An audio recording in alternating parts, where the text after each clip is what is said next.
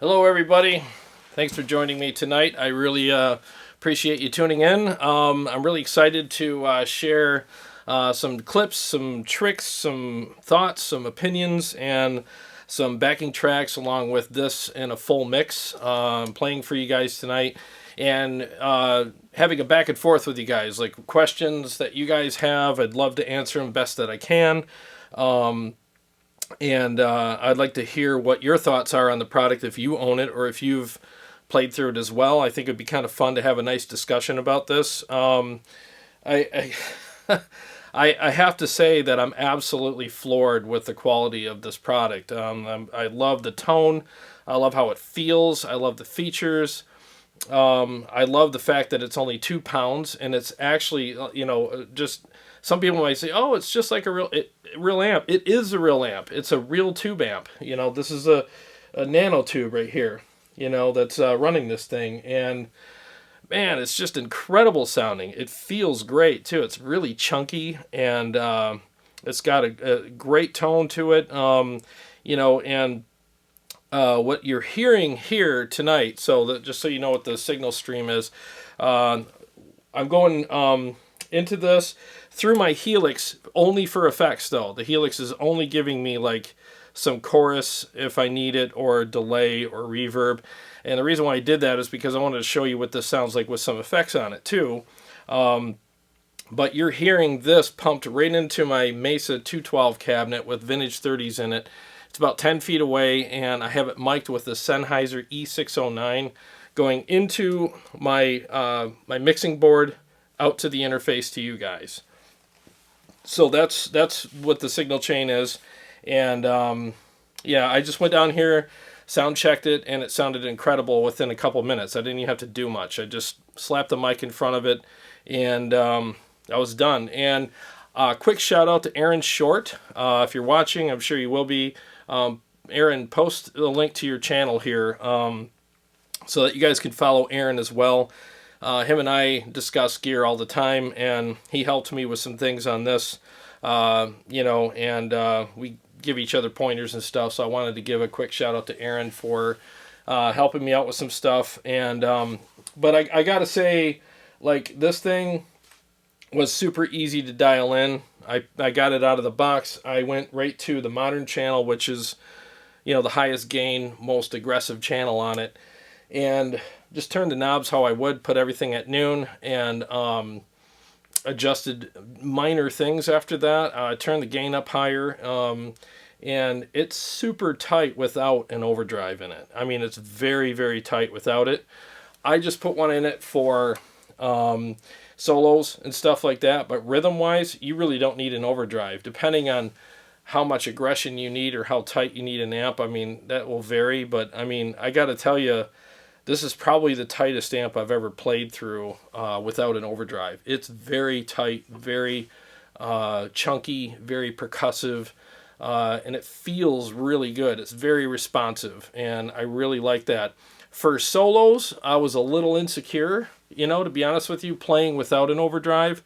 The overdrive is off on it right now, but I have it going through the Helix, and the overdrive I'm using in the Helix it's the Heir Apparent. It's a very mild overdrive because this doesn't need a lot. If you put like a really aggressive overdrive in front of this, it's going to be way too much. It's going to be like just obnoxious. So I found a mild overdrive in the Helix that actually worked really well with it, and it's barely even pushing it at all. It just gave me a little bit more juice. It gave me a little bit more security. So when I was doing any kind of fast playing, I felt like it was going to support that and give me that kind of chewy feeling that I like so much, and let the notes sing a little longer and have a little more snap to them, a little more fullness. And I guess, again, for lack of a better term, a little more support for what I was doing. So, but other than that, I haven't really done much to this. I mean, it's got it's got the boost on the side. You can adjust that. I'll show you that. And it also has a noise gate over here too. You can turn it to metal, which is really tight, You could turn it to soft, which is more like what you would use for solos or maybe lower gain settings. And you could just turn it off if you want. And the nice thing about pairing it with like a digital platform like the Helix is you can leave the overdrive or the noise gate off on here and use the noise gate in the Helix if you want, depending on what your tastes are or what your needs are. So that's kind of cool too. The noise gate automatically turns off when you turn the reverb on. It goes to soft. And when you turn the reverb off, it goes back to whatever it was set at, you know. And there's your boost right there. And then we're going to go over the other channels that this has. The channel that I use on this is going to be the modern, because it just suits my taste and my playing. The other channels are good. They're just not, I mean, they're just different channels. I mean, it's the channel I like is the modern. I wouldn't use the other channels very often, but they are good. It's just they're not supportive of what I do. But I'm glad that he put those channels in there, because not everybody's like me, and I'm not like everybody. So it gives us a lot of options. Now, the Iridium is designed for metal players, so even the classic and the vintage channels are classic and vintage metal channels, okay? And then it's got a nice clean channel on it that we'll go through and listen to that as well. And with some effects, it sounds really good. So, again, it's only 2 pounds, and I mean, if you could fit this, put my hand up here for perspective, like, look how small it is. You know, I mean, it's super small, and you could fit this in a little, it comes with a carrying case, but you could fit this in like a, you know, any kind of backpack, or like Helix makes a backpack, other companies make backpacks, you could fit it in there no problem. And on order, what I have are magnets that you could put on the back of this, and it'll stick to any metal pedal board, which I have, you know, obviously the, what do you call this thing? It's on the tip of my tongue. I have a pedal board. So I would just put it on there, and what's nice about the magnets is you're not screwing it on. I have a Temple audio pedal board, and I would just stick it on with the magnets and be done. What's cool about that is underneath where if this would go on my pedal board is the Mondo power supply. It's a big power supply underneath there. So there's no way that I could screw it in because of the power supply being in the way. So now that I have the magnets, I just slap it on there and it sticks on really good, and we're done. I also ordered the MIDI controller, the cable. It's their own proprietary cable. So I ordered that. And so now I can use the Helix and switch channels and switch features and options on this thing via MIDI. I thought that was really cool as well. So I can, thankfully I have room on my pedal board, so I could pair this with my Helix and have an all-in-one rig. And I thought that was just super cool. And the thing is, I didn't buy this to keep it. I bought it to review it. And I was like, well, I'll buy it, I'll review it, and I'll do 3 different, you know, I'll do like an initial review like tonight. I'll do maybe some other stuff with it in a mix and a full-blown like edited review. And then I was going to do another video about how I paired it with the Helix and maybe some tips and tricks. And then I was going to sell it. But honestly, this thing's so good, I don't really know if I could part with it, because it fits on the pedal board with my Helix. And it's phenomenal. I'm blown away at how good this thing is. And I don't think I would want to sell it. I think I'm going to keep it because I would miss it if I did sell it. Let me say hi to some people here. Carrie's not here tonight. We couldn't go on last night, and I apologize for that. I own a pressure washing business, and I had to wash 75 school buses yesterday, and by the time I got home, I didn't have time to set all this stuff up and sound check it, and it would have been a train wreck for you guys, so I figured I would wait a day and do this for you when I was more prepared. But she's not here tonight, so hello, Carrie. Miss you. I hate doing live streams without her, but, you know, anyways, so let me go to the live stream here. Got 19 people here. Xander, what's happening? Dust Devil, what's happening? How you doing, man? He said, I'm late. I better have a note from my parents.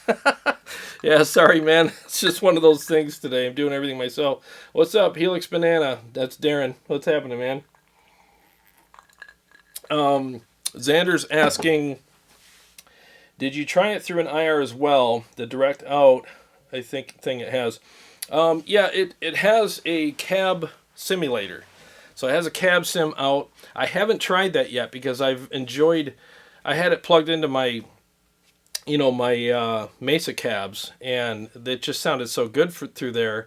I figured I would save the IR or the direct out for my edited review, which will be coming. I'll just give you guys some sounds and some different samples of it with that, whether it's direct or through a mic'd cab. I'll probably do both for you guys so you can compare. The nice thing about it is you can bypass the cab sim on it and use an impulse response too. So some of these units, again, I haven't heard this yet, the direct out, but some of the units don't, some of the units have really good cab sims in them. Some of them don't. And I'll definitely tell you what I think of the one that's in here. But the nice thing is, though, is if you do have a cab sim on a product like this, I always love it when companies make it bypassable so that you can pick your own impulse response if you're not really fond of it. And most people want to pick their impulse response anyway, just as a placebo thing. Like, they just want to try them. It's just the way it is. So I think that's a great idea. But so far, honestly, I can't even tell you how impressed with this unit I am. I'm just blown away at how good it sounds. And in a minute, I'll tell you about my little journey with this, like the ups and downs and stuff. I just want to say hello to some more people here. So weird not having Carrie here. She's like right here, and we're having some banter back and forth, and she's talking to you guys. So sorry. Hey, Paul, how you doing, man? Paul Smith. Helix Banana, sell it to me for half price. I'll see what I can do, man. Like, I don't know if I'm going to part with it, but I'll tell you what. If I'm gonna, you'll be the first guy I call. How's that? We'll figure something out. Aaron Lucas, what's happening, man? Good to hear from you. I thought I saw Todd here, Chicago Todd. I thought I must have. JJ's House of Jams. What's going on, buddy? Chicago, there he is. What's up, Todd? I saw you. What's happening? All right. I was late to the show. Can I hear some more riffage? Absolutely. I'm going to play 2 more for you guys. Helix Banana, try to get the Mercury version and do a shootout with the Iridium. Yeah, if anybody locally is watching and you have the Mercury edition, I'd be happy to do a shootout between the two and see what the difference is. I know they're 2 different flavors. I like the metal stuff, I like stuff that's very aggressive, and there's a lot of headroom with the aggression. I don't use it all. I just want enough there so that I can back it off a little bit and feel secure. I guess that's one of the things that, I don't know about you guys, but for me, I like to feel secure while I'm playing guitar. I like to have something here, whether no matter what I'm playing through. I like to have, I don't know, I like to have that feeling of, it's giving me what I need. It's going to support the notes that I'm playing. It's going to support the riffs that I'm playing. And it just makes me feel like a great guitar player when I'm playing it, as opposed to something that I got to work really hard to make sound good, and I'm picking harder and I'm digging in and just to get what I need out of it. And then you're expending all that energy, and because you're digging in so hard, you can't play fast. I've always said, you can play hard or fast. You can't do both. Because, you got to give up a little bit of that hard playing to be able to have that really nice light touch to do a lot of sweeps and just different things like that. And what's good about a product like this that has that kind of headroom regarding the aggression and the gain is that you can dig into it and get even more out of it. That's what I'm saying. I don't want to dig into something to get the bare minimum. I want to dig into something to get the maximum, out of it. And this really does allow you to do that. I mean, it's got a lot of great tone in it. Let me play a couple of riffs, and I'll read a couple more comments, and then I'll do 2 more demos for you guys. As you guys may or may not know, I do have red light syndrome, especially when playing live on the channel. I get super nervous playing on, in front of a crowd at a bar is one thing, but playing live here on the channel, I'm a little nervous, so that's probably why I'm kind of, delaying things a little bit. But let me mute the mic, and I'll play a couple riffs, and you can just hear this. I'm going to go ahead and turn off the Overdrive and the Helix too, So you can hear this raw. So as you can see, this is the overdrive, but it's off. And I want you to hear this with just plain, just how tight this is. Hang on.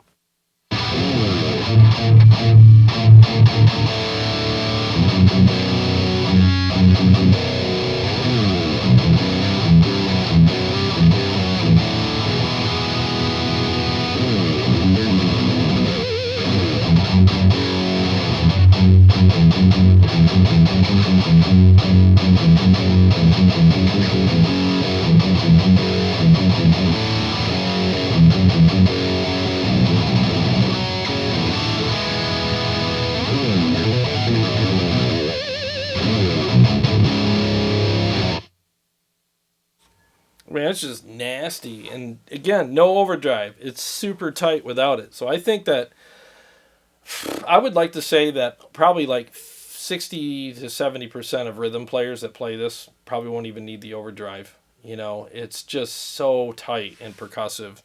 And the rest of us that just want that extra security, or if we're playing like different kinds of riffs that we need a little more, we'll probably turn it on.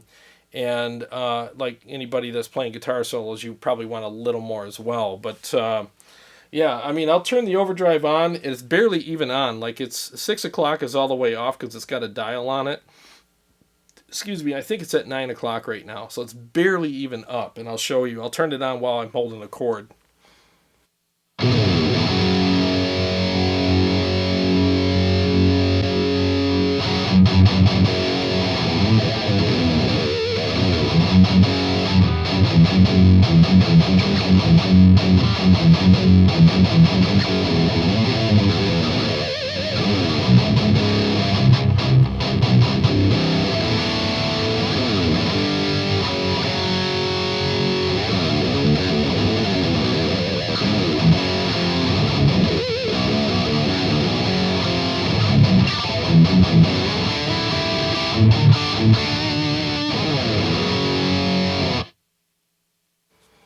That's just ridiculous. And that's with the gate on soft, I believe. Yeah.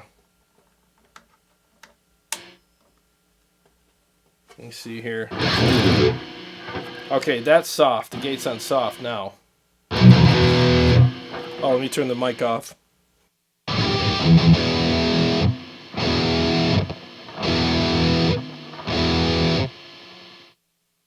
Okay, now I'm going to turn the gate on more of the metal setting. Hang on.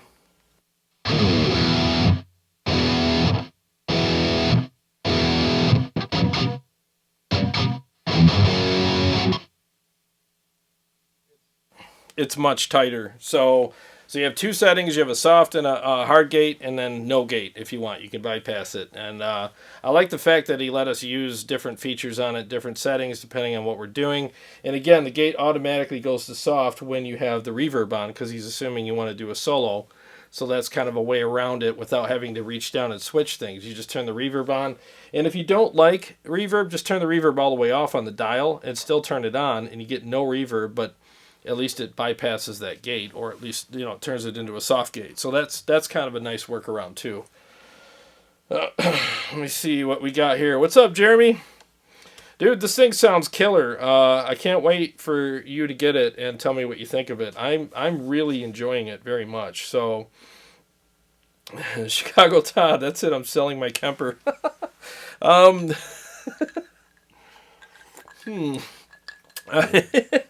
Yeah, the Kemper is still...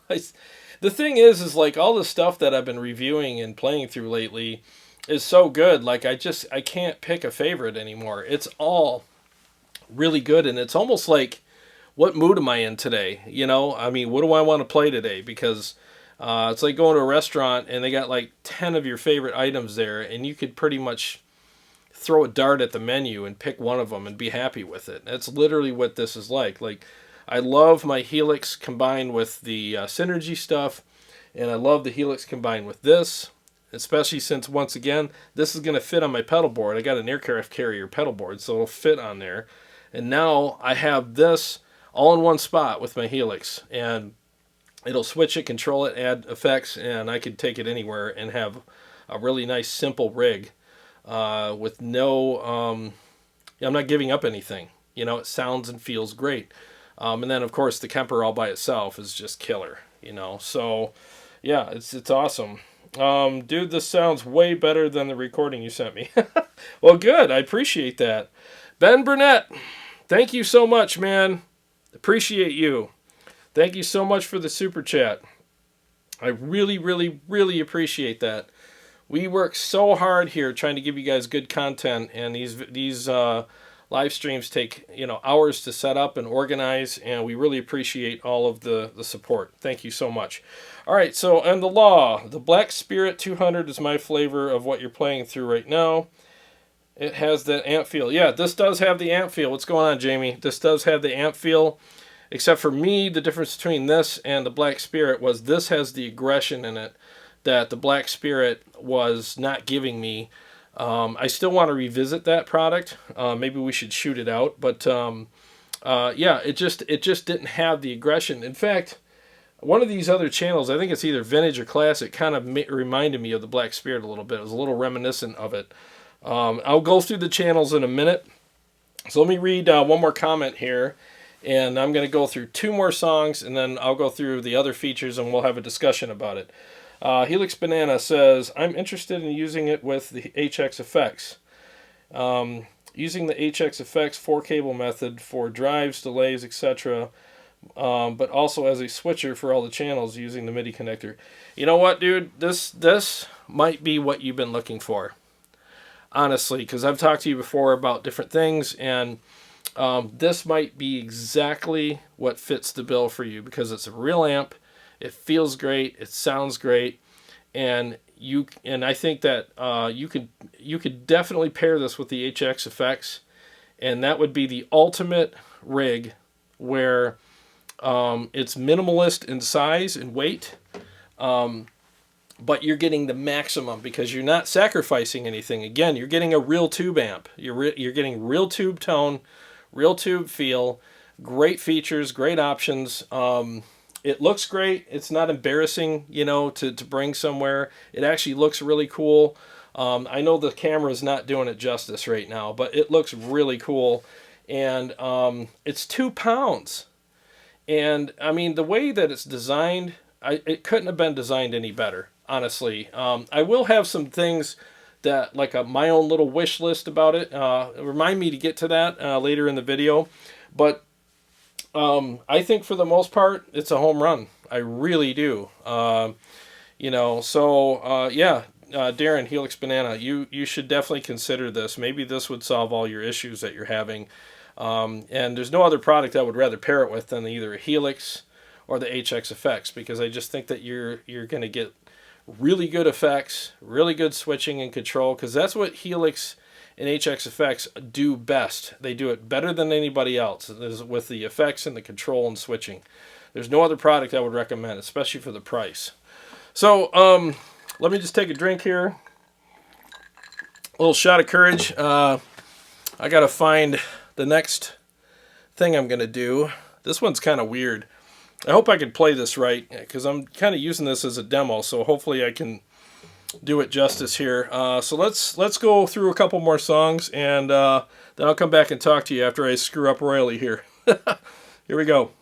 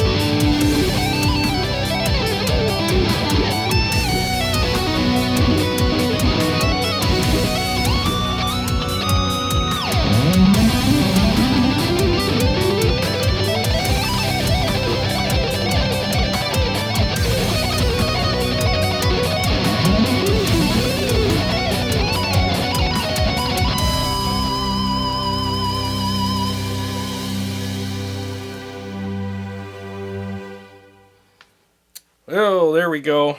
I made it. Couple of flubs, but hey, not too bad for live. And I halfway through the solo, I was like, "Oh my god, I forgot to turn down the soft gate," and I was wondering if those harmonics were going to ring out. And yeah, even with the hard gate on, it still supported everything that I played. So it's it's pretty forgiving. That last note died out earlier than I wanted it to, but again, I had the hard gate on. So, but all that said, I mean, what did you guys think? How did it sound? Through that mix and everything. So I want to see what you guys thought about that. The BS200 is Marshall and Soldano based. Not sure what the Tom Blue shot for on this one. Amp 1 Mercury. Yeah, so the BS200 is closest to the Amp 1 Mercury edition. But in comparison between the Mercury and the BS200, it's the BS200 for me. Gotcha. So, Jamie, have you tried the Mercury, or are you just going off of what you heard, or I just want to know, like, if you've played it, because I've talked to you about, I don't know if I've talked to you about the Mercury or not, so please remind me. Helix Bayonet does look great, way better than the Mercury. Yeah, no offense to the Mercury, but I just prefer this look. Especially, I love a black background because that means everything that's on top of it pops. Like the lights all pop, and that's one thing I wish Synergy would have done with all of their power sections. They have the logo there, and they have venting like holes around it. Why didn't they light that up? Why didn't they light up the logo? Because I think that lighting up your logo is the best thing you can do. This thing's on a stage, like all the other musicians are walking by while you guys are sound checking and setting up, and they're going to look at that and go, what the hell's, well, that's what it is. It's a Blu guitar. And they're going to know what it is by seeing the logo. It's like a bat signal, you know? I mean, you can't miss it. So it's super cool. Hey, what's up, Brett? I haven't seen you in a while, dude. Good to see you here. Let's see. Helix been a Red Light Fever Where? Can you play the intro track again, please? Yeah, dude. I'll play that for you, and then we'll get back to you guys. Let me do that. Let's go back to, I think it's that one. How did that go again?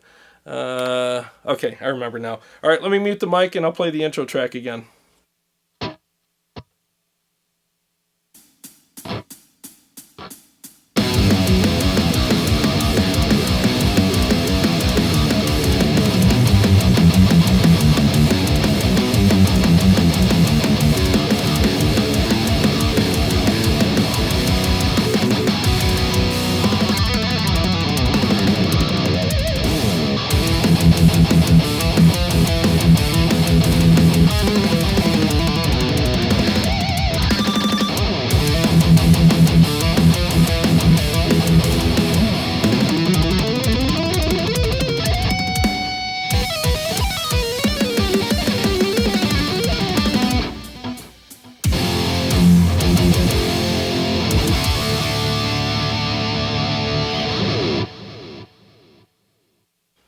There we go.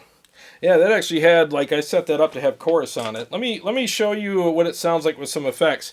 I'll do chorus, and I'll do dry, then I'll do like a chorus delay combo, and then I'll do flanger, and then I'll do like a long delay for leads.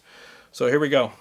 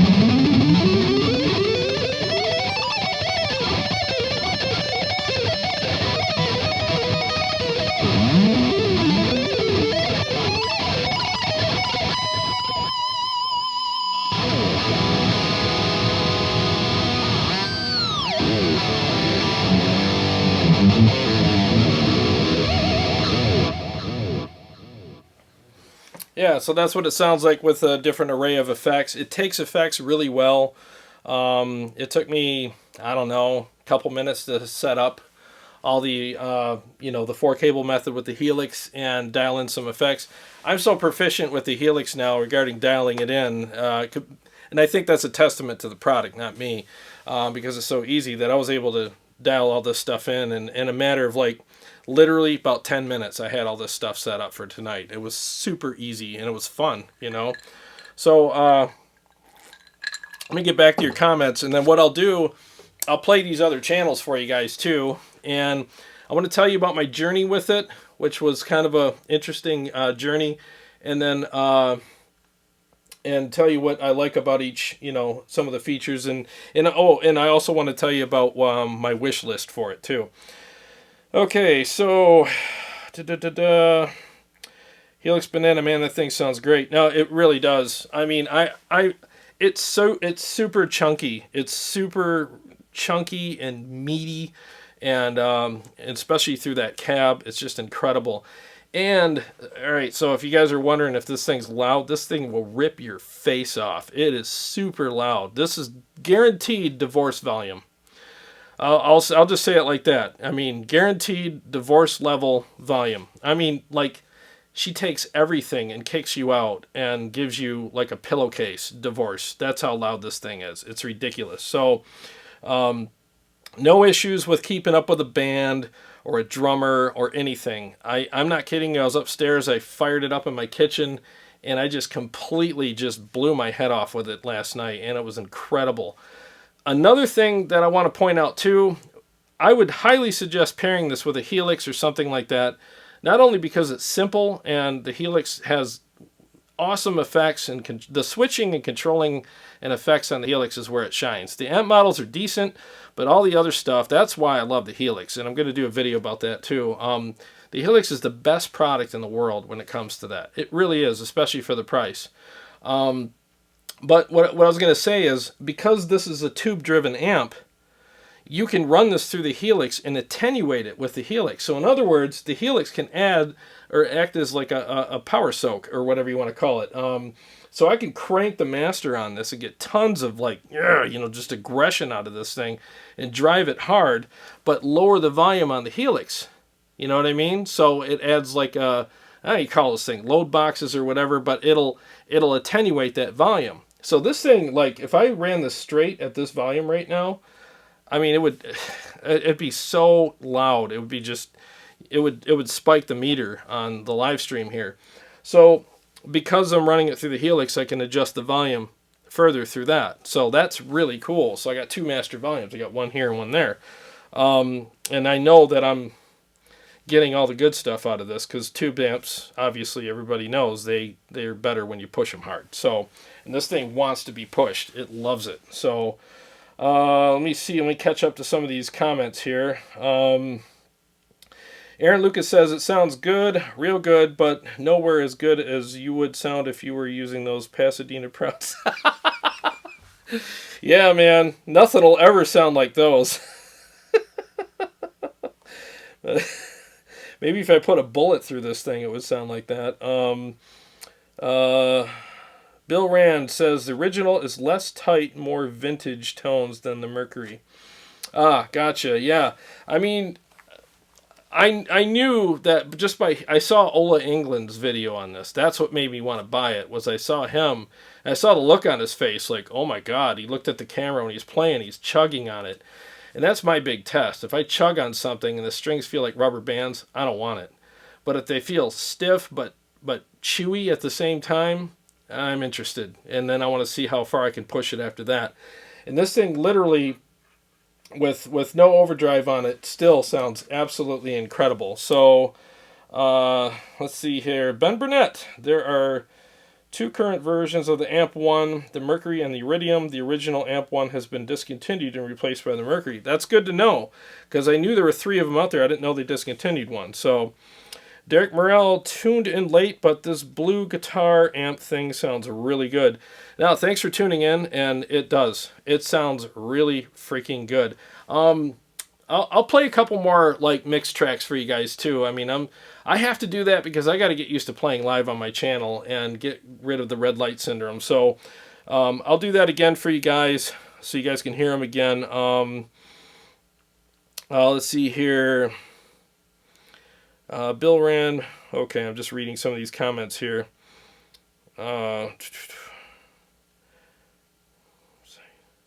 Yeah, this thing, it is really good. I would highly recommend it. So here's my journey, and then I'll play some of the other channels.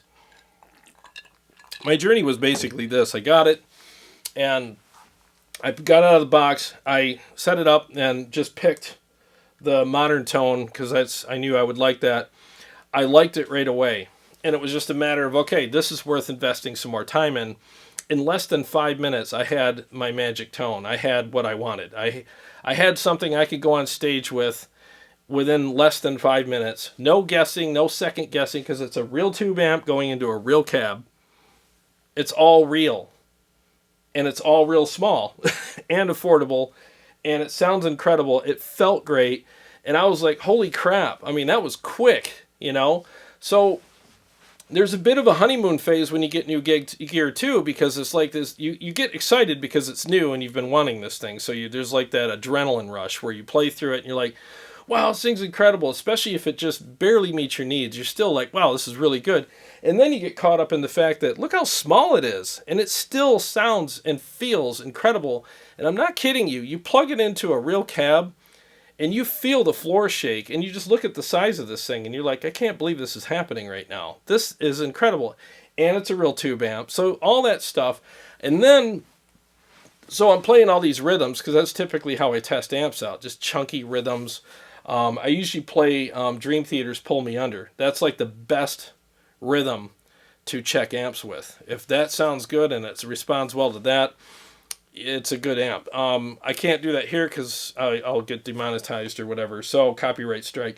But that's a good rhythm to try. But here's what happened.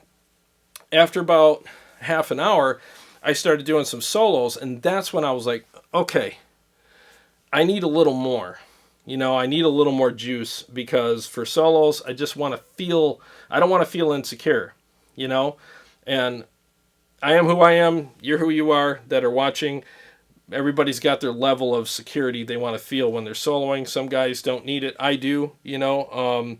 So it was like 8.5 on the security scale out of 10, and I was looking for that 1.5%. And with the boost on here, it was almost there. So what I did is I paired it with the Helix, and I found a really good boost in the Helix, which is the Heir Apparent or Heir Apparent. And I have the level at 6.2. I have it on overdrive, gain at 0. It's very mild. It's a mild overdrive, and it's very subtle, but it gave me that chewiness and that little extra saturation or push that I was looking for, and it's perfect. So now I don't feel insecure playing it anymore. I can go on stage and play it, because trust me, if I wasn't secure playing this, I wouldn't be playing it tonight. I wouldn't have done the things that I did tonight with it. So it set me right over the edge where I wanted to be. So as far as the gain goes, I have the gain at 10. And I know that sounds like, well, boy, you shouldn't turn an amp all the way up to 10. On this, that's what works, for me anyways. And it's not overly saturated. So turning this up to 10 is not anything like taking an EVH EL34 or 5150 amp or anything like that and turning that on 10. It's not muddy. I mean, as you heard, it's not muddy. So there's not a ton of headroom regarding the gain on here, but the gain that it has is plenty, if that makes sense. So let me do this. I'm going to start the gain out at 3. I'll go to 5, I'll go to 7, and I'll go to 10. And I'll just do some chuggy riffs so you can hear that. 1 second.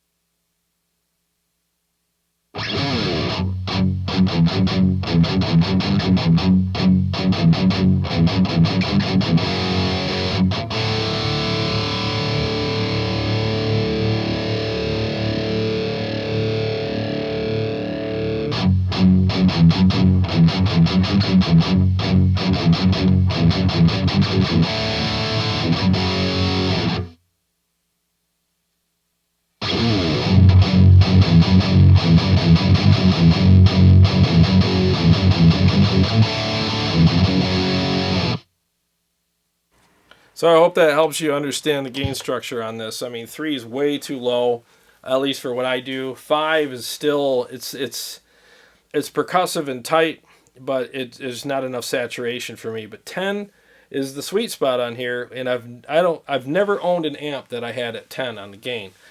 But this one I do, and it still sounds tight, as you heard, and it doesn't sound overly saturated or loose or fizzy or sloppy. It still has great tone and great percussiveness to it. So if you're a metal player, you're probably going to want it on at 10 as well, you know, and very little overdrive if you put it on at all. And again, the overdrive, maybe for me, it's a placebo thing.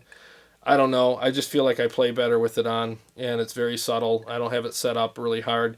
I have overdrive pedals here. I have a Horizon Devices Precision Drive and a Tone Wheel Boost from Salvation on my pedal board. They're too much for this. It was obnoxious, and I was like, well, I'm going to have to use one in the Helix and find a mild one. And I did with the Heir Apparent, and it works perfectly. So I would suggest that. Let me see what you guys think. Got 26 people here. I'm so glad you guys are here. Thank you. Let's see here.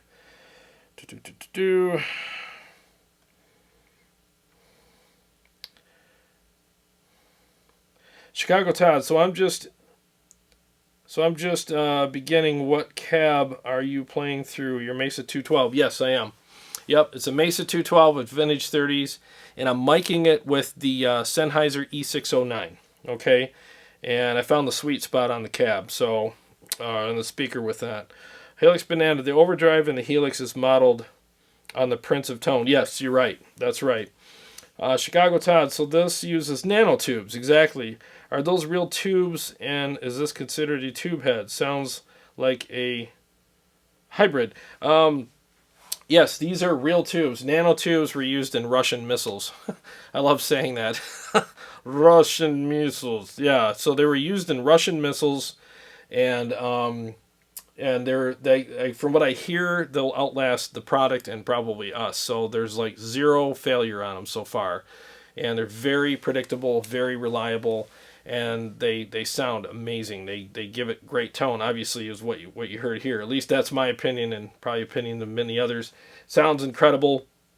The feel is great. It is a hybrid because there is a Class D section in this as well, so they work together. But I'm not hearing all that solid state clipping or anything like that. It sounds very raw and aggressive, and I love it. So whatever they did in the mixture between the tubes and the Class D in this, they did it right. It's a perfect blend of both. Real tube in front, Class D power amp, Bill Rand says. Yes. Let's see here. Just reading. I missed it. Are we listening direct or a mic'd in cab? Yes, Jim, you're listening to a mic'd cab. It's a Mesa 2x12 with a E609 in it. You know what? I'm sorry, guys. I probably should have put that in the initial message when I said hello, so maybe you guys would know that. So I apologize. I'll do that next time I go live. I'll make sure I put the signal chain in there for you guys. What's up, Chad Boston? How you doing, man? Good to see you here. Helix Banana, I did see a video where Thomas Blug stated that there is another tube in it that works in conjunction with the Class D power amp. So, sounds like a real power amp. Yeah, I've heard all these mixed things about it. I've heard that it's the tube is the power section and the Class D is the preamp. I've heard the opposite. I've heard all kinds of things about it. So, yeah, it's great. So let me do this.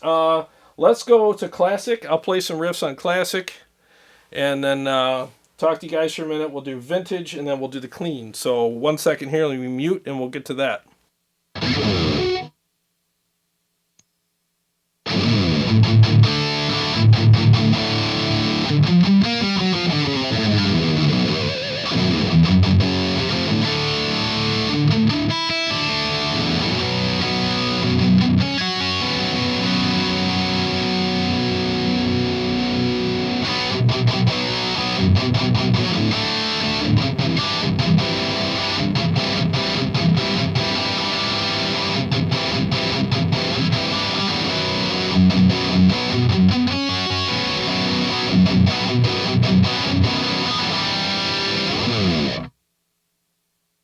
Okay, so that was classic. The first part of it was no overdrive. Second part was with the overdrive. I'm going to do the same thing on vintage. I'm going to turn the overdrive off and then go through those two as well.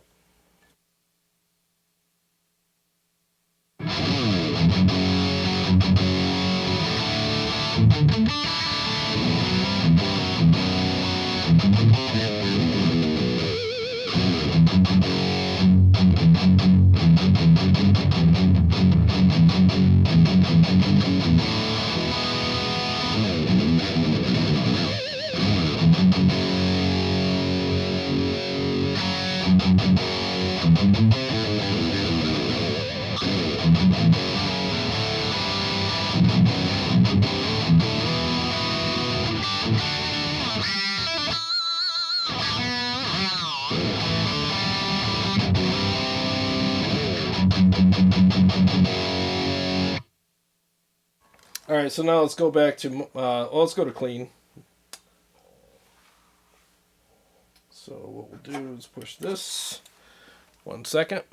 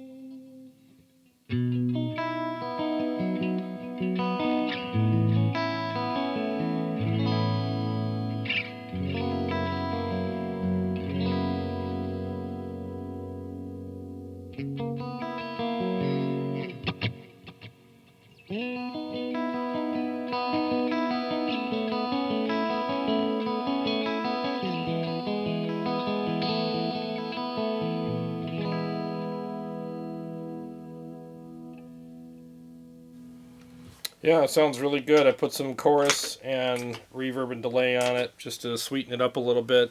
But it's chimey. It's everything that a clean channel should be. It's clean. It's chimey. It's got a nice top end to it. It's not brash. If you put a compressor in front of it, it would make it a little warmer, you know. So that's how I would set it up.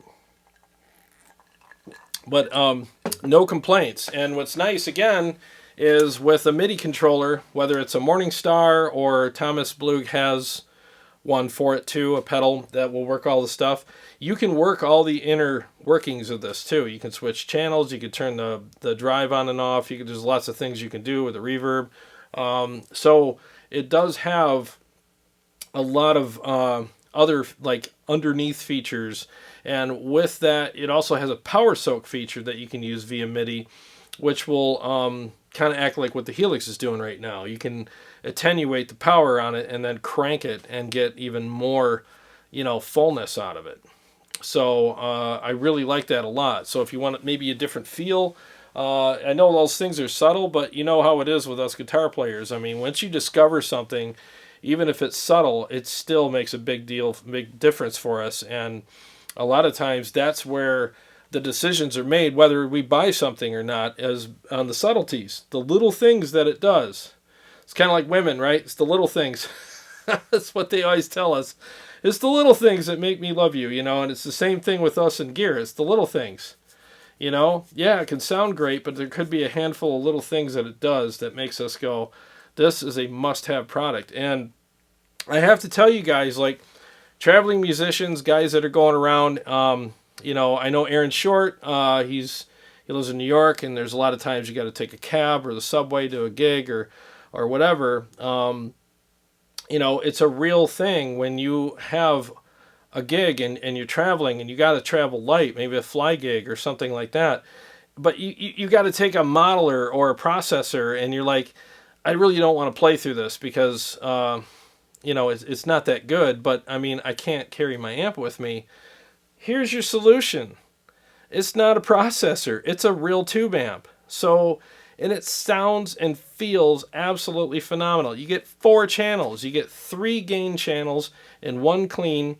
And like what Helix Banana was saying, you pair it with an HX Effects or an HX Stomp or a Helix. It's a great fly rig. I think the ultimate version of the fly rig with this would be the HX Effects. You pair it with that and put it on a mini pedal board, you're done. If you can't take that on a plane with you, I don't know. I don't know what to tell you. That's the ultimate rig. And again, you're not sacrificing anything. I'm not bummed out because I'm playing through this. I've been playing through it since I got it. And I never sit there and go, gosh, I miss my Kemper or I miss my Synergy stuff. I love that stuff. And I think it's all pretty much very close to the same, you know, level, you know. I mean, yeah, I love my Synergy stuff. Because I have this, it doesn't mean I'm going to sell my Synergy stuff and only play this, because I love that and I love the variety it gives me. But again, I'm not playing this going, I wish I was playing something else. You know, and I think a lot of people would buy this for a fly rig or like a travel rig where they're just like, well, I'll just buy this to have that. And I honestly think, depending on what you're playing through, this might replace the other rig, you know, that you have, that you're just, you know what I'm saying? This might become your full-time rig as opposed to your side rig, you know, for fly dates and stuff, because it does sound and feel that good. It really does. Again, I'm super surprised. Now before I forget, let's get into my wish list for this. Now, it's a metal unit, right? So we're metal players. Well, at least I am, and a lot of you guys that are watching are too. Metal players don't use reverb for solos. They just don't. Most of us might use it along with delay, but typically we're not just going to use reverb. So, I mean, there's some space here. You know, maybe if he would have put, and I'm not being critical, it's a great unit, so I'm just saying, this is my wish list. I would have liked to seen delay up here. You know, like, instead of reverb, put a delay on here and give us the, you know, the mix knob, the small ones. They don't have to be big because they got small ones on the side. A mix knob, a time, you know, like how many milliseconds do you want and how many repeats do you want. Those three knobs. That would have been cool. And then this would be the button to turn it on and turn off the, or make the gate to be a soft gate. So if they did that, that would be awesome. But I think I know what's in the future. I'll guarantee you guys, let me take a shot of courage here. I guarantee you guys what's going to happen is the next one's going to have effects on it. It'll probably be this big. It'll come out to here. Maybe 3 more inches.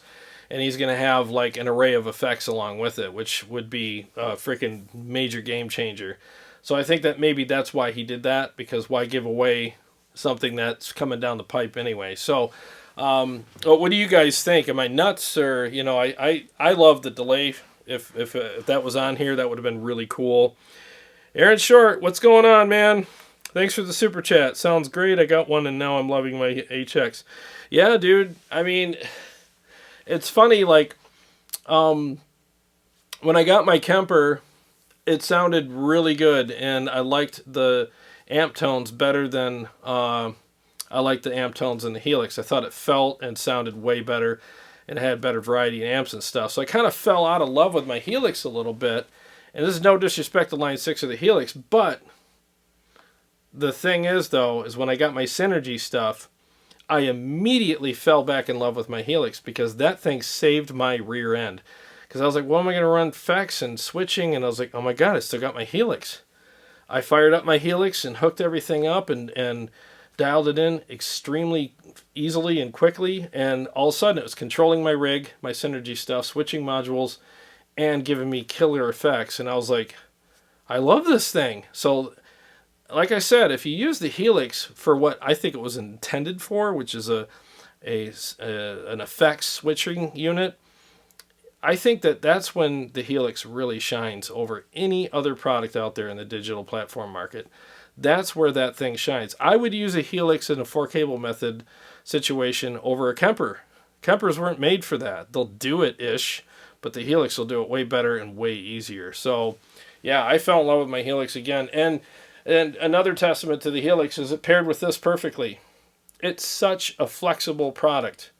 I think it's almost made out of rubber. It's so flexible. It's crazy. Like, you could buy any amp and the Helix will work with it.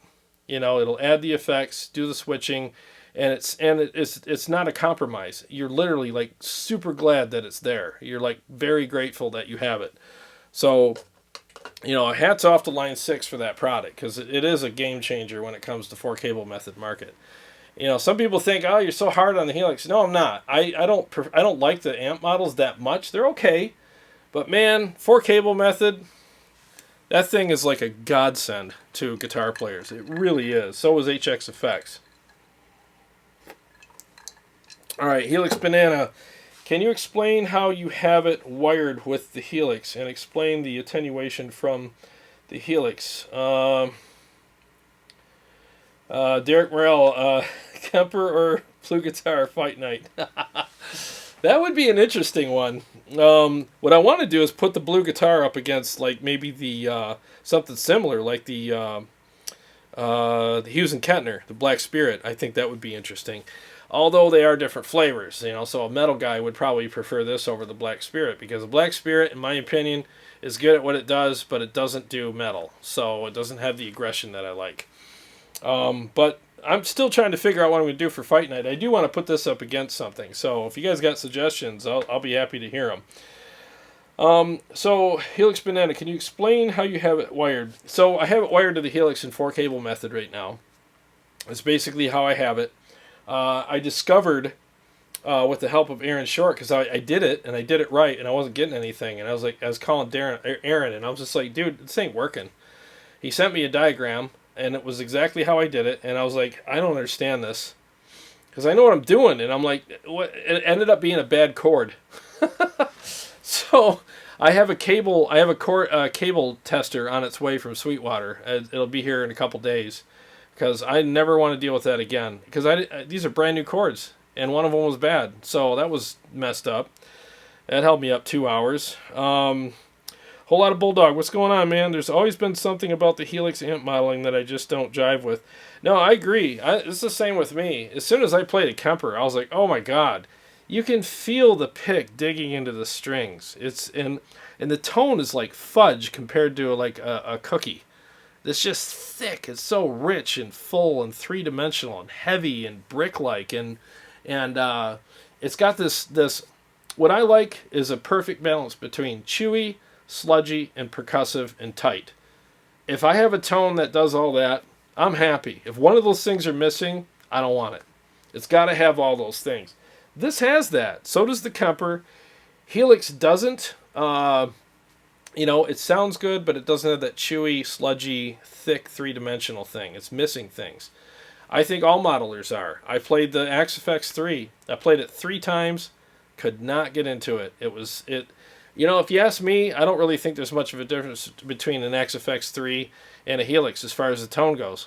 The Axe-Fx 3 probably has more street cred, but I don't think they're any different regarding tone. The Axe-Fx 3 has more amp models, but they're not any better than anything the Helix has.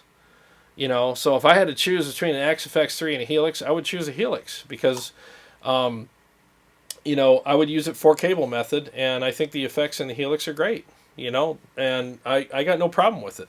And it's super easy to hook up, extremely flexible, and why pay more for something that, isn't better? That's the way I look at it, Alright, so Helix Banana, yes, you are hard on the Helix. I'm only hard on the amp models. The rest of it, I love it. It's right here. You can't see it because of the camera, but right here is the bottom foot switch. And I have Chad Boston's foot toppers on it too. Bill Randy, modelers still cannot compare to these for feel and maybe tone, in my opinion. No, you're right. You're absolutely right, because we listen with these. We listen with our hands too. So if our ears like something that we hear on YouTube in a demo, and we get it, we download it, we buy it, or whatever it is, and we play it, all of a sudden our ears don't like it anymore. You know why? Because our hands told our ears this sounds like crap, because it feels like crap. So your hands and your ears have a conversation about it, and immediately the hands always win.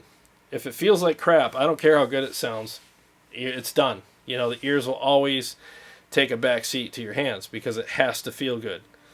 So, spam risk. I thought I had my ringer off, sorry.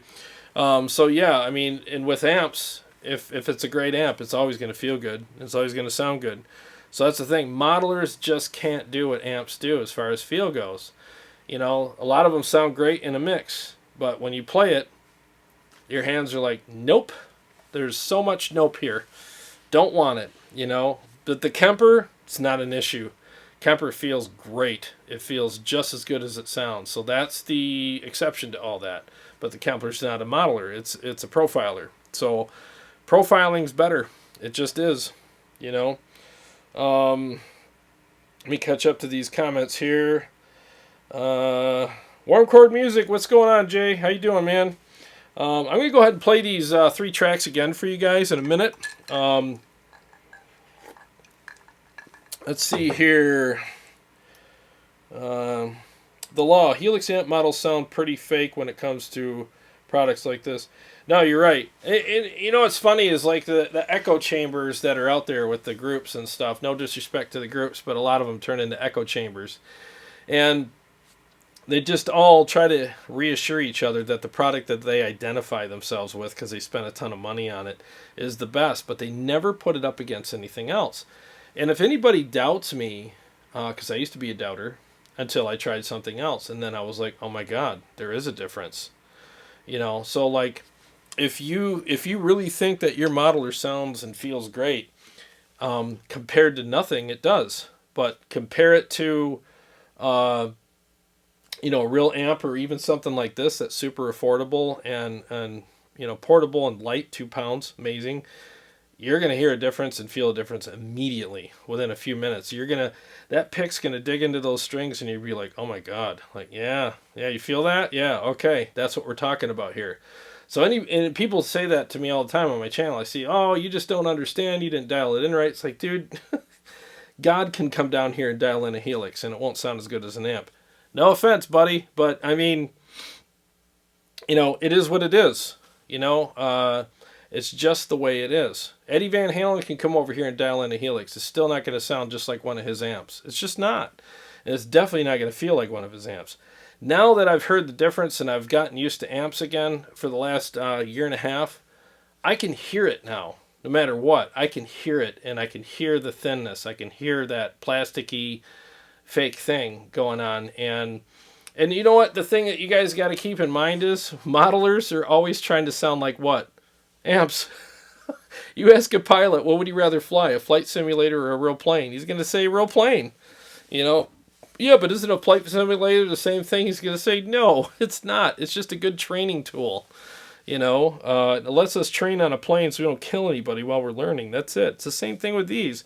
And again, if you have to use a modeler because you're saving space, use one. Absolutely, man. We all have to do it from time to time. But it's not ideal. That said, this is ideal. You can take this with you instead of a modeler. Pair it with a good effects unit, like an HX Effects from Line 6, and it'll fit in your backpack or on a carry-on, and you're not sacrificing anything. It's a real tube amp, and it sounds incredible and feels incredible. So how do you go wrong with this? There's no compromise. And that's why I can't sell this. I have to keep it, because I have a no-compromise solution for an easily carried on or traveled with unit. And I'm proud of you. I'm proud of it. Like, I would put this on the floor and not be like, well, I got to use this tonight because, I couldn't fit it on the plane, or we had to travel light tonight because so-and-so drove. I mean, I would literally put this on the floor and be proud of myself and proud of the product. And it's rare, when you're dealing with like travel gear. Most people are like, it gets me by. It's like the donut tire when you get a flat. This isn't a donut tire. It's awesome. Let's see here. Warm chord music. You saying Jesus can't tweak a modeler? Well, I'm sure he can, but still modeler. Helix Banana. I got Fractal X8 because of all the hype over the Helix, and thought the Helix was just as good as Fractal and sold the X8. No, I agree with you. The Fractal has more street cred. That's the only difference. Maybe they have more amp models and some more effects here and there or whatever, but depending on what you want, I mean, honestly, if you want to save money, just get the Helix. You're going to be just as happy with it, especially for 4cm. It's the best. It really is. Because if you get a Fractal, you're spending, $2,000 on the Fractal XFX 3, plus several $100s more for the foot controller. You're at almost $3,000. For something that you can get for $1,700 from Line 6. And I'm pretty picky, and I love good gear, and I've played a lot of great gear, and I have a Helix hooked up to all my tube stuff, and I'm not ashamed of it at all. I think it's amazing. And the law says you're welcome.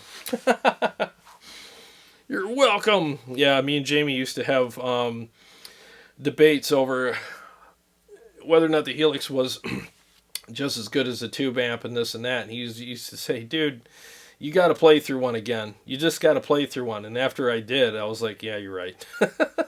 The Helix is a great pairing for a tube amp, but it's not a replacement. Vox Pathfinder, hey, what's going on, Dan? How you doing, man? With in-ears, do you lose feel of an amp? Well, I got the cab. It's about 10 feet away. I could feel everything, but these are 5 drivers in each side. These are KZ AS10s, and they're fat as hell.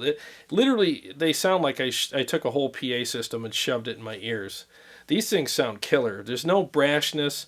I don't even have an EQ curve on them. It's a flat EQ setting, and they sound full. There's a lot of low end and mids, and there's no harsh highs.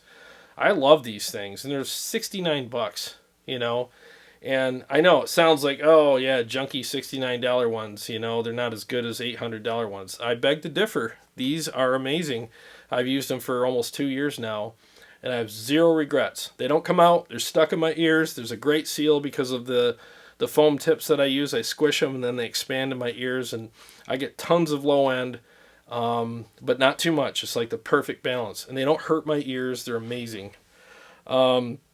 Hey, what's up, Darren? Darren Moore. Hello, all. Gonna sit back, relax, and pluck around on my new BMG Mini May. What's going on, man? Good to hear from you. Warm Chord Music says the real amp is the real deal. There are ways to record and play silently now. I didn't gig, so I really have no need for an imitation. No, you're right. You're right. Darren Moore, watch this delicious content.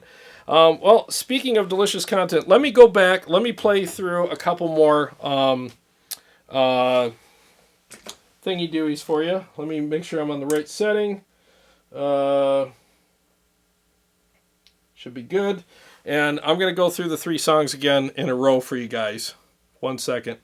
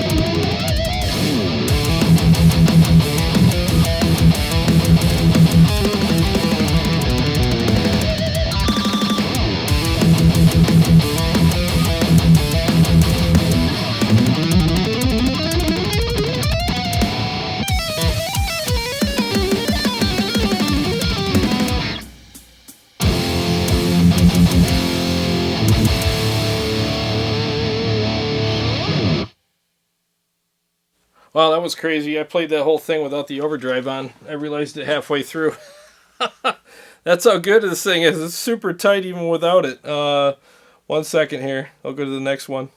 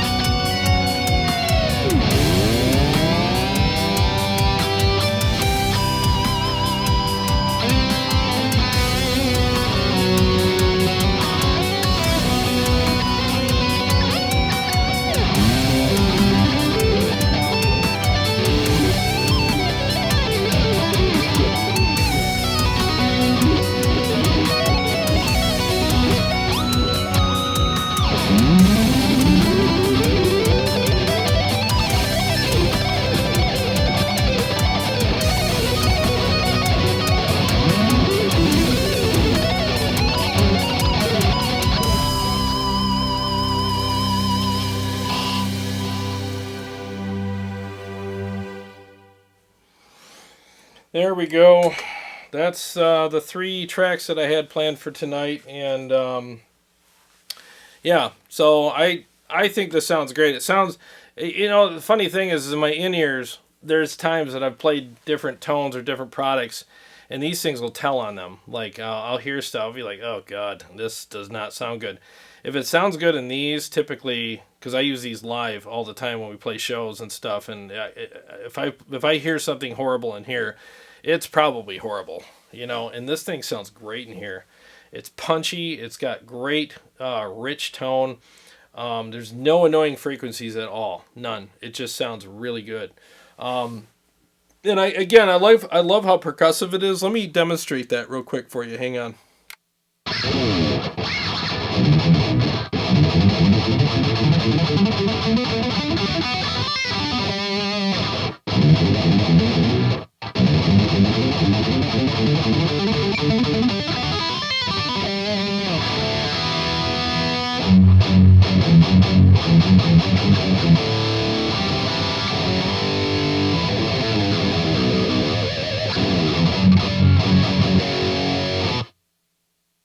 I mean, when you can do palm mute runs like that, and it's just really pingy and percussive like that, almost to the point where you can't hear the notes, but you can. It's like this great balance between it. It just sounds so good. I love it, and I love an amp that responds, because the way I play, I need something that volleys with me, that responds, that supports the things that I'm doing, and this does all of that.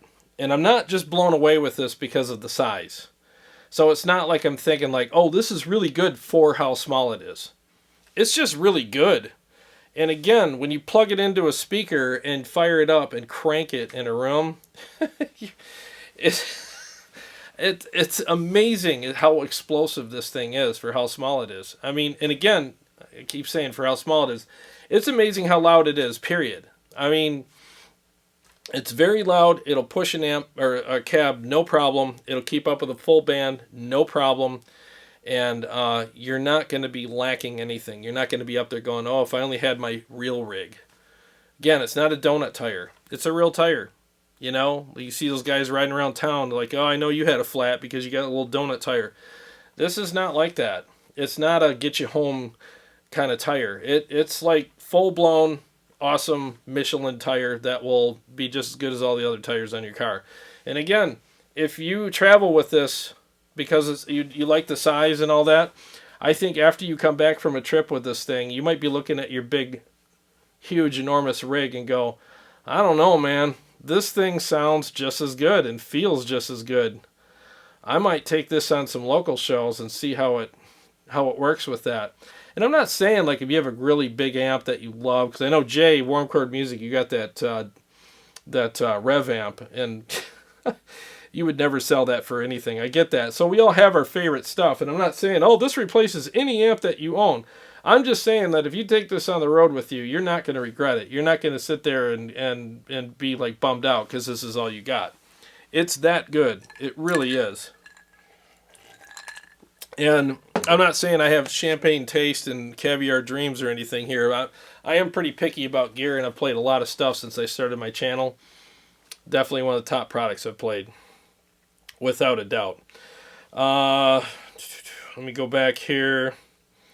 Helix Banana, Jared is spot on with his review of the Line 6 Power Cab. Oh, thank you. I just got one, and the speaker models are absolute crap, and they all sound the same. I was very disappointed. Yeah, the Power Cab's good. Just don't use the speaker emulations. Use the FRFR version of it, and it actually sounds really good. I don't understand the speaker emulations. There's guys on other channels that have done videos about the speaker emulations saying, oh, these are great, and they're just not. But it doesn't mean you shouldn't buy the Power Cab. Just don't use that feature because they are not good. And if you don't believe me, watch my review of it, and there's an emulation in there of a Vintage 30 speaker, and I showed in that video what a Vintage 30 speaker sounds like mic'd up, and they couldn't be further away from each other. So if that helps, people, hopefully it'll help you watch that or learn from that. Helix Banana, all the reviewers who claim they're great. Yeah, I honestly think some people... Money talks, man. Money talks. Free gear talks. Andrew Stonerock, what's going on? Just got here running late at work and family got a chance to tune in. What up, my dudes? What up, man? Good to see you here. Bill Rand, he said that he won't do effects as he just wants to a pure analog signal. Oh, really? Oh, okay. Thanks for tuning in, chiming in on that. So he won't do effects. He just wants pure analog signal other than the reverb. I get it. Because maybe if he did do effects, people would still never be satisfied, right? They'd be like, oh, why didn't you put this type of flanger in there? And after a while, it's just like, dude, I'm not Santa Claus. Okay, I'm an amp maker. So I get it. I was just saying, like, and I appreciate what you said. I totally understand why he would do that. I was just thinking, like, it's a metal unit. Metal guys use delay for solos, not reverb.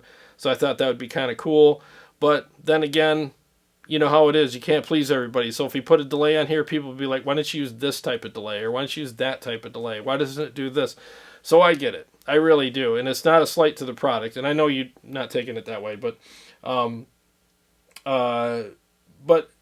if you want effects, just get an HX Effects. Darren Moore is in here. You can attest to that. The HX Effects is stupid good. It's really good. It'll control this. It'll do all the stuff. You can put pedals before it and after it in the chain and the HX Effects. MIDI control it. You can do all that stuff. So have at it with the HX Effects. I already own a Helix, so why would I buy an HX Effects to use with it? I would just use the Helix. And I got room on my pedal board on the aircraft carrier. So Chicago Todd. Oh, Helix Banana, great playing. Thank you. Just arrived to hear some nice tones. Hi all. Thank you, Bobby. Appreciate that. Chicago Todd says you need to get yourself hooked up with an affiliate link at Sweetwater. I know, dude. I gotta start making some. That's weird. I'm saying this out loud. I gotta start making some money on this channel because I spent a lot of time on this, and it's a. I love it.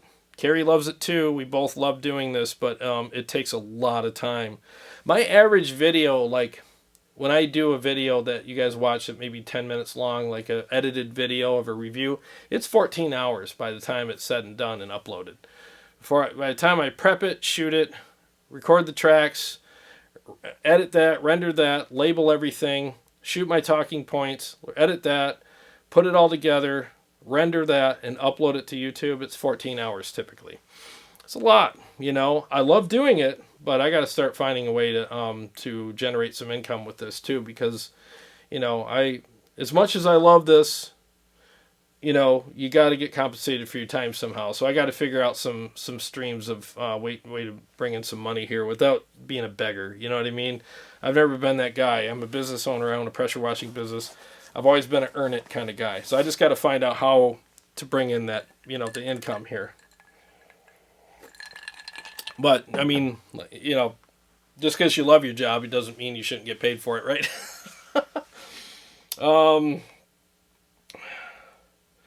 Warm chord music. Oh, Matt Fig, what's going on, man? Good to see you here, buddy. Matt Fig, if you want some good Kemper profiles or some Synergy Salvation audio modules, he's the guy to go to. He makes really good. He has really good stuff there. Let's see here. Divided by time, Amp 1 or HX Stomp or Strymon Iridium.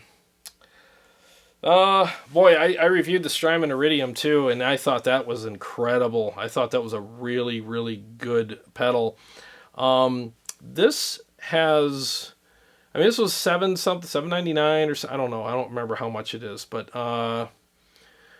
this has more, so it's a higher price than the Strymon Iridium. Strymon Iridium is really not meant for metal.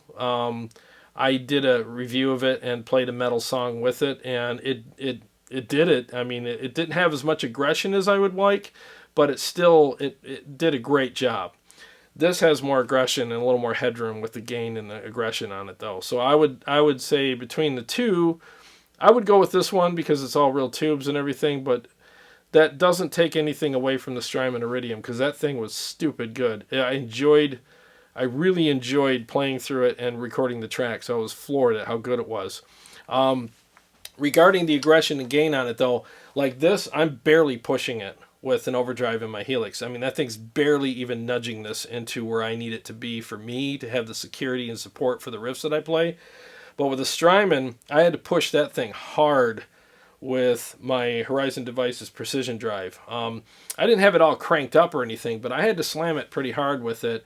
And I got it to do the things I wanted to do, but this needed a lot less convincing, you know. I mean, even without the overdrive either in front of it or inside of it, this thing fits the bill for probably 60% of guitar players out there as far as rhythm players go. If you're a lead player, you'll want an overdrive, but barely any on there because it's just there, you know. Chicago Todd, hey man, thank you. Thank you so much. I really appreciate that. It really does mean the world to us when we see super chats because it definitely helps. Patreon, yes, I'm going to start Patreon, and I'm going to start posting my email in case people want to donate to the channel through PayPal as well. You know, because again, I love doing this, but you know, having some compensation for it. And again, I'm not begging for cash. I'm not a sweaty preacher, you know. Oh, the Lord'll. It just makes it easier. You know what I mean? When you're up till 3 a.m. rendering and editing videos, you feel a little more like, yeah, this all right. You know, this is worth it. You know. Helix Banana earning from the channel. Well, line 6 fractal are out. Yeah, yeah. Well, I don't know why Line 6 would be mad at me, because I think the Power Cab 2i12 was great. I gave it a great review. I just didn't like the speaker models on it, but the FRFR section was killer, and I use my Helix every day, just as a 4-cable method unit, though. I don't use the amp sims. That's okay. I mean, because conversely, guys that use it for amp sims and not 4-cable method, are they just as negative about it as I am? Because, well, I don't like the 4-cable method, because I'd rather use the amps. You know what I'm saying? So, and again, not pat myself on the back here or anything, but the Helix was made to mainly do 4-cable method. The amp sims in there are there for guys that just want it as an all-in-one unit, but the main feature of the Helix is 4-cable method. And you ask any Line 6 guy and he'll tell you that. You know, the amp sims are secondary. They're good, but they're not great.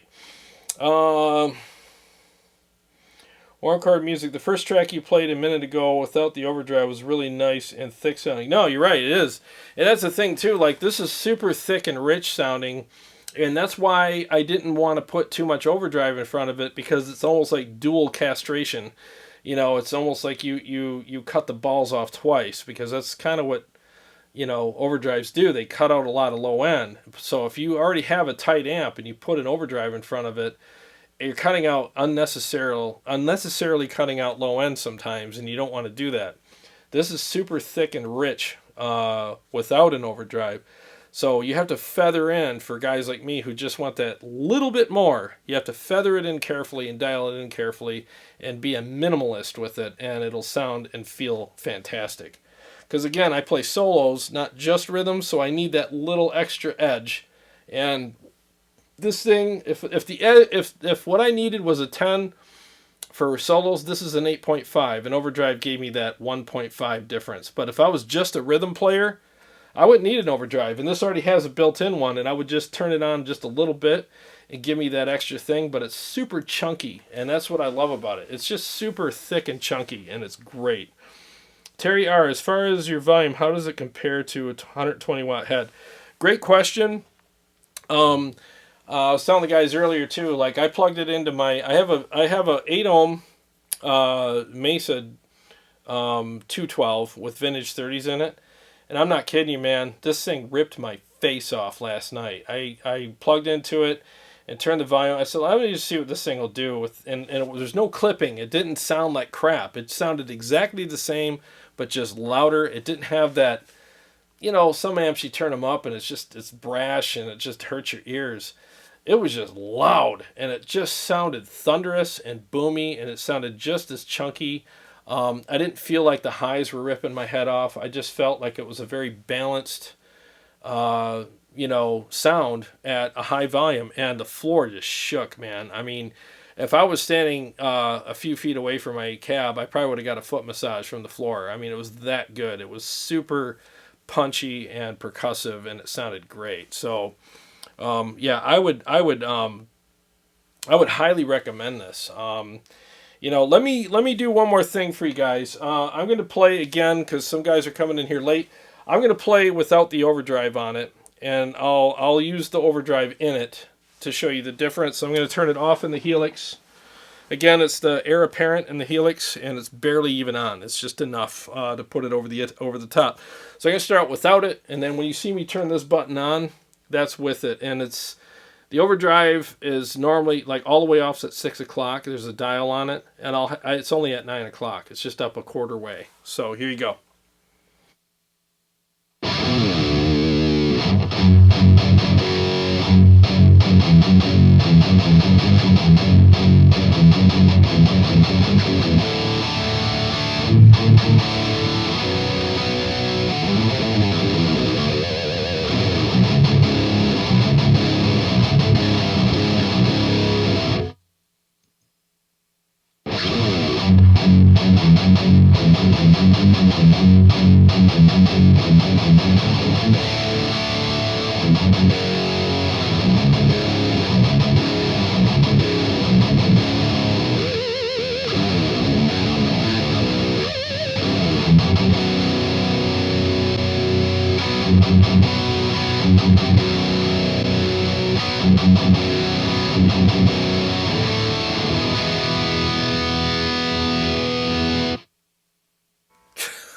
God. Oh man, I don't know if it's the in-ears or the combination of this and the cab or the room. I don't know what, but this thing just sounds absolutely phenomenal. I love when I hear a thick, rich tone, and it's just so aggressive, percussive, and full. It's not thin. It's very responsive to my playing. I love it. Seriously, it's fantastic. I mean the more I play this, the more I like it. Where you know how you get new products. I mean, a lot of you guys, if you're YouTubers and you're watching this, you know you get a product and there's this honeymoon phase. You're like, oh, it's amazing, and a couple days later, you're like, not so much. I'm gonna box this thing up, send it back, and maybe not review it at all because I'm kind of noticing things I don't like about it. This, so far, I've had it 3 or 4 days now. I like it more every time I play it.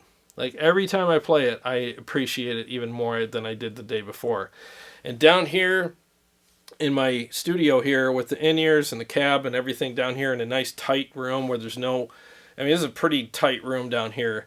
And I was playing it earlier with my in-ears off just with the cab, and it just sounded incredible. I could hit the stage with this right now and be proud of it, you know?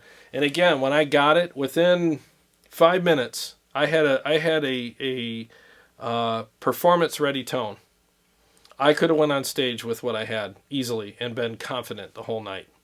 It was that good. So if you guys are tired of modelers and you're tired of the rabbit hole and like impulse responses and whose profiles do I get, whose presets do I get, no, it sounded better yesterday, and oh, today it just, I don't know, blah blah blah, and IRs and whose company, what amp sim do I like, and EQ blocks and tilt shelf EQs and this guy's presets and that guy's advice and this and that, FRFR direct, blah blah blah. And it's like months and months and months of like pulling your hair out trying to find something that sounds real and sounds good, but you're addicted to that small format, that light format, that easily traveled with format. And you're tired, but you're just tired of all this. This is your answer. It really is. And I bought this. So Thomas Blu, he doesn't know who I am. If he saw me at a mall, I don't know who you are. So, you know, I'm not being paid to say this to you guys. I'm just being honest with you. I bought this. It's mine. And I'm not selling it or sending it back. But this is your answer. If you're tired of all that stuff, because you can go direct with this. It does have a cab sim on it. And if you don't like the cab sim, you just get an IR loader. Or if you have like your HX Stomp or whatever, I think you can use IRs with that. I haven't used an HX, I mean, not HX Stomp, but HX Effects. Somebody correct me if I'm wrong. I think you can use IRs in that. I could be wrong. I don't know. I've never used one. But anyways, you can use this instead of the rabbit hole products like the digital platforms that have amp sims in them that just don't sound right, you know? This doesn't sound like an amp. It is an amp. You know what I mean? This isn't like, hey, it's almost as good. It is as good. It really is as good as an amp. It feels and sounds just like one because it is one. It's not trying to be something it's not. It's not pretending. It's not pretentious. It's real. And, you know, perfect example like nanotubes. Well, yeah, but are they just as good? Well, I mean, there used to be big circuits and stuff like that and all the computers that we had, you know, 10, 20 years ago. This has way smaller stuff in it than the computers that we had 10, 20 years ago, and it's 30 times more powerful. What does that tell you? I mean, the circuits and all the electronics and the things that are in this phone right here is more powerful than a computer that we used to use 10, 20 years ago. So I don't know if that's a good analogy for you guys or not. I mean, that's a tube. It's a nanotube. It's smaller, but it's just as powerful. Maybe even more for its size, because if I heard right, there's only one of them in here, and it's making those speakers in that cab bounce like you wouldn't believe. And this room is filled with sound right now. It's killer. So if you haven't tried one of these and you're a metal guy and you want something that's got all that punch, pick attack, the rich tone, the features, the options, it's light, it's only 2 pounds, it'll fit in your glove box or in your backpack or travel, any suitcase, whatever, and you want a no compromise tone, that's your ticket right there. Honestly, it is. And it's got modern, classic, vintage metal tones and a clean channel. And if you're like me and you want to have all the features and stuff, you want to have a MIDI, you know, control. It does work with MIDI, and you can control all that stuff via MIDI. It's got presets in it. and you can set all that stuff up with MIDI. So it's made by a world-class amp maker who actually, Thomas Blug, I mean, he does travel. He does play with a lot of bands. He's played on many, many huge stages in front of huge audiences. So it's made by a guy who gets it, who wants a no-compromise product that he can take with him as a carry-on and not feel ashamed of it and not wish he had something better when he gets to the show, but he's just grateful for the form factor and the lightweightness of it. This is it. I mean, he made this for guys that enjoy tube amps and literally don't want to sacrifice anything, but still get that lightweight, small, compact gig or rig. So I would say I recommend this 100%. I really do. 100%. I have no problem looking at you right now in the eye and saying, go check one of these out. They're amazing. You won't be sorry that you played through it. The settings that I have are gain is all the way up. I talked about that earlier, so rewind as far as why I did that. I don't turn any amp all the way up, but on this one, that was the sweet spot. I actually showed examples of different gain settings, so that tells you why. So gain's all the way up. I have the master at 6 in the overdrive section. The bass is at 6.5. Because of the overdrive, I wanted to add a little bit of bass back in. Mids are at... Wow, I got the mids at 4. So I scooped them a hair, because this does have a mid hump in it, so I attenuated for that. Treble's at 5. And I have the master at 6, but I'm attenuating it with the helix, because it's going through the helix, so the helix is the new master. So what that allows me to do is push this really hard. The tone knob on the side is, I think, right at 12 o'clock, because there's 2 tone stacks. There's one here and one here. So the tone knob is right at dead nut center, I think, maybe just a little over noon. So I had that nice cut. And that's basically how I got it set up. I'm pushing it with the Heir Apparent overdrive pedal in the helix. And the settings are gain at 0, tone at 5, presence 0, clipping is overdrive, gain mod higher, level 6.2. That's it. So there's no added gain to it. And that's how it's set up. And you heard it through a Mesa 212 with vintage 30s, and it's mic'd with a Sennheiser E609. Before I go out, I'm going to read a few more comments. And let's see here. Chicago Taz, because this is more tube powered, are you able to play it at bedroom volume and still sound good like you can with a Kemper? Yeah. Oh, yeah, dude. I play this all the time like that.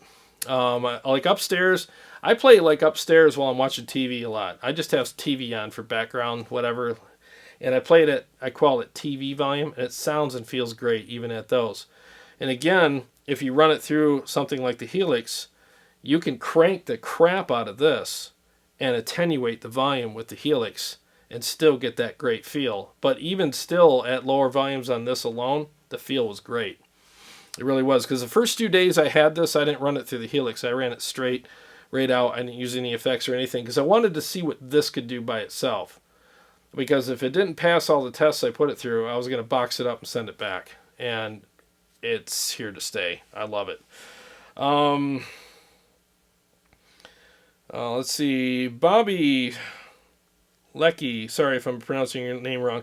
Still fairly new to modelers. Old school Triaxis 295 power amp cabs. G major too. Wow, yeah, that's definitely some old school stuff. But very good. Very good. All access MIDI controlled rack. Now just XFX 2 and MOC into Headrush 108s. Awesome, by the way. Check them out. Great sound. Bobby, try running that into like a Friedman cab. I think you'll find that you might like those better. Friedman does make a ASC 10, which is lighter and smaller, and it sounds exactly like the Friedman ASC 12. I mean, the difference between the two and sound-wise is negligible. You can't tell the difference. I actually did a comparison on those, and they sound great. Or try running your XFX through a power section, like a Syn 5050 in a real cab. You're going to find that you'd like that even better. I mean, I'm telling you. I just did a video about that, like, Do Tubes Matters, what it's called, where I ran the Helix through an FRFR and compared that when I ran it, the same amp sim, through a real power section, tube power section, and a real cab, and it was just way better. But I get it. Sometimes we just got to travel light. We got to have what we got to have. I totally get it, and that's what this is all about tonight. Travel light, no compromise. See, Terry R. Does your Music Man have piezo pickups, and how do you hook them to your setup? Specifically, do you have them go into its own channel? Yeah, this does have that. And I would show you tonight, but I'm not set up that way. But you can hook them up direct. In fact, let me just show you real quick. It's probably not going to sound all that great because piezos aren't meant to go through guitar cabs. They're meant to go through front of house or a FRFR cab. But I can at least show you what they sound like here. Make sure I'm not going to have any. Let me turn the microphone off.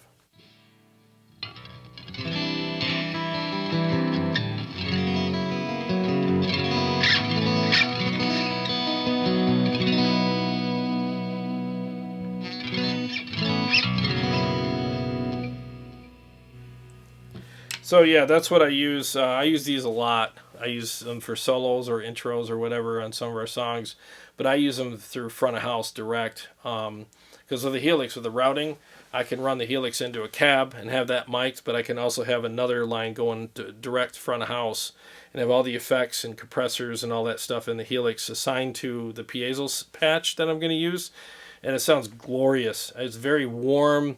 There's a compressor on it. It kind of reminds me of the intro to Pull Me Under by Dream Theater. It's got that really compressed but really like nice big sound to it, and it's got a little bit of a bite, but it's like in a good way, you know. So yeah, that's the way I would do it. So whenever we play live, that's how I have everything routed. But you don't need extra cords or anything for it. The Helix takes care of all that routing for you. So let me see here. Chicago Todd. Oh, I already. Okay. There's a nice creamy tone from that unit. How's the cleans? The cleans are great. The cleans are really good. I'll do those real quick for you. Again, 1 second.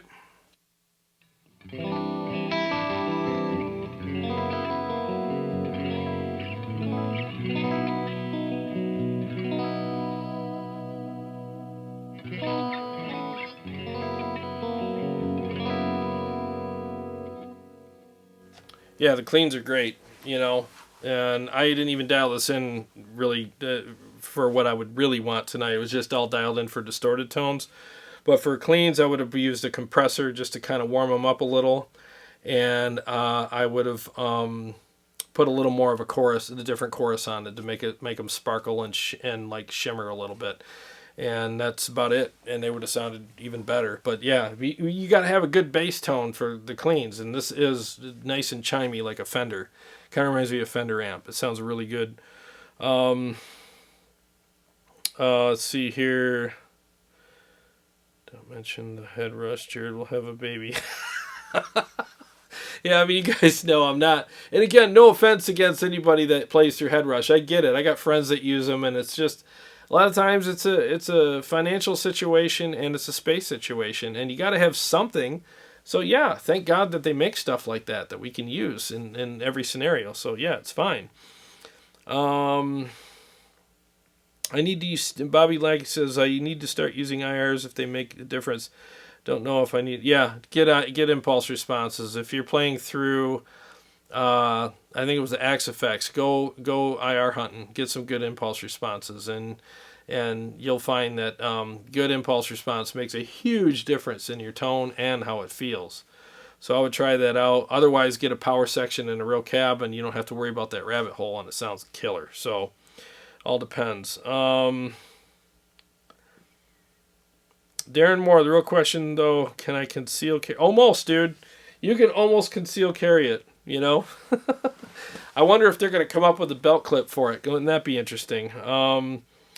Helix Banana, if you like it so much, then you need to fight night it against the Kemper with all of your heavy metal guys. You know, it's a great thought. It really is. But I think everyone's getting burned out on Kemper fight nights, you know? I think people are like, really? Kemper again? And again, to clarify, the reason why I did that was Kemper kept winning.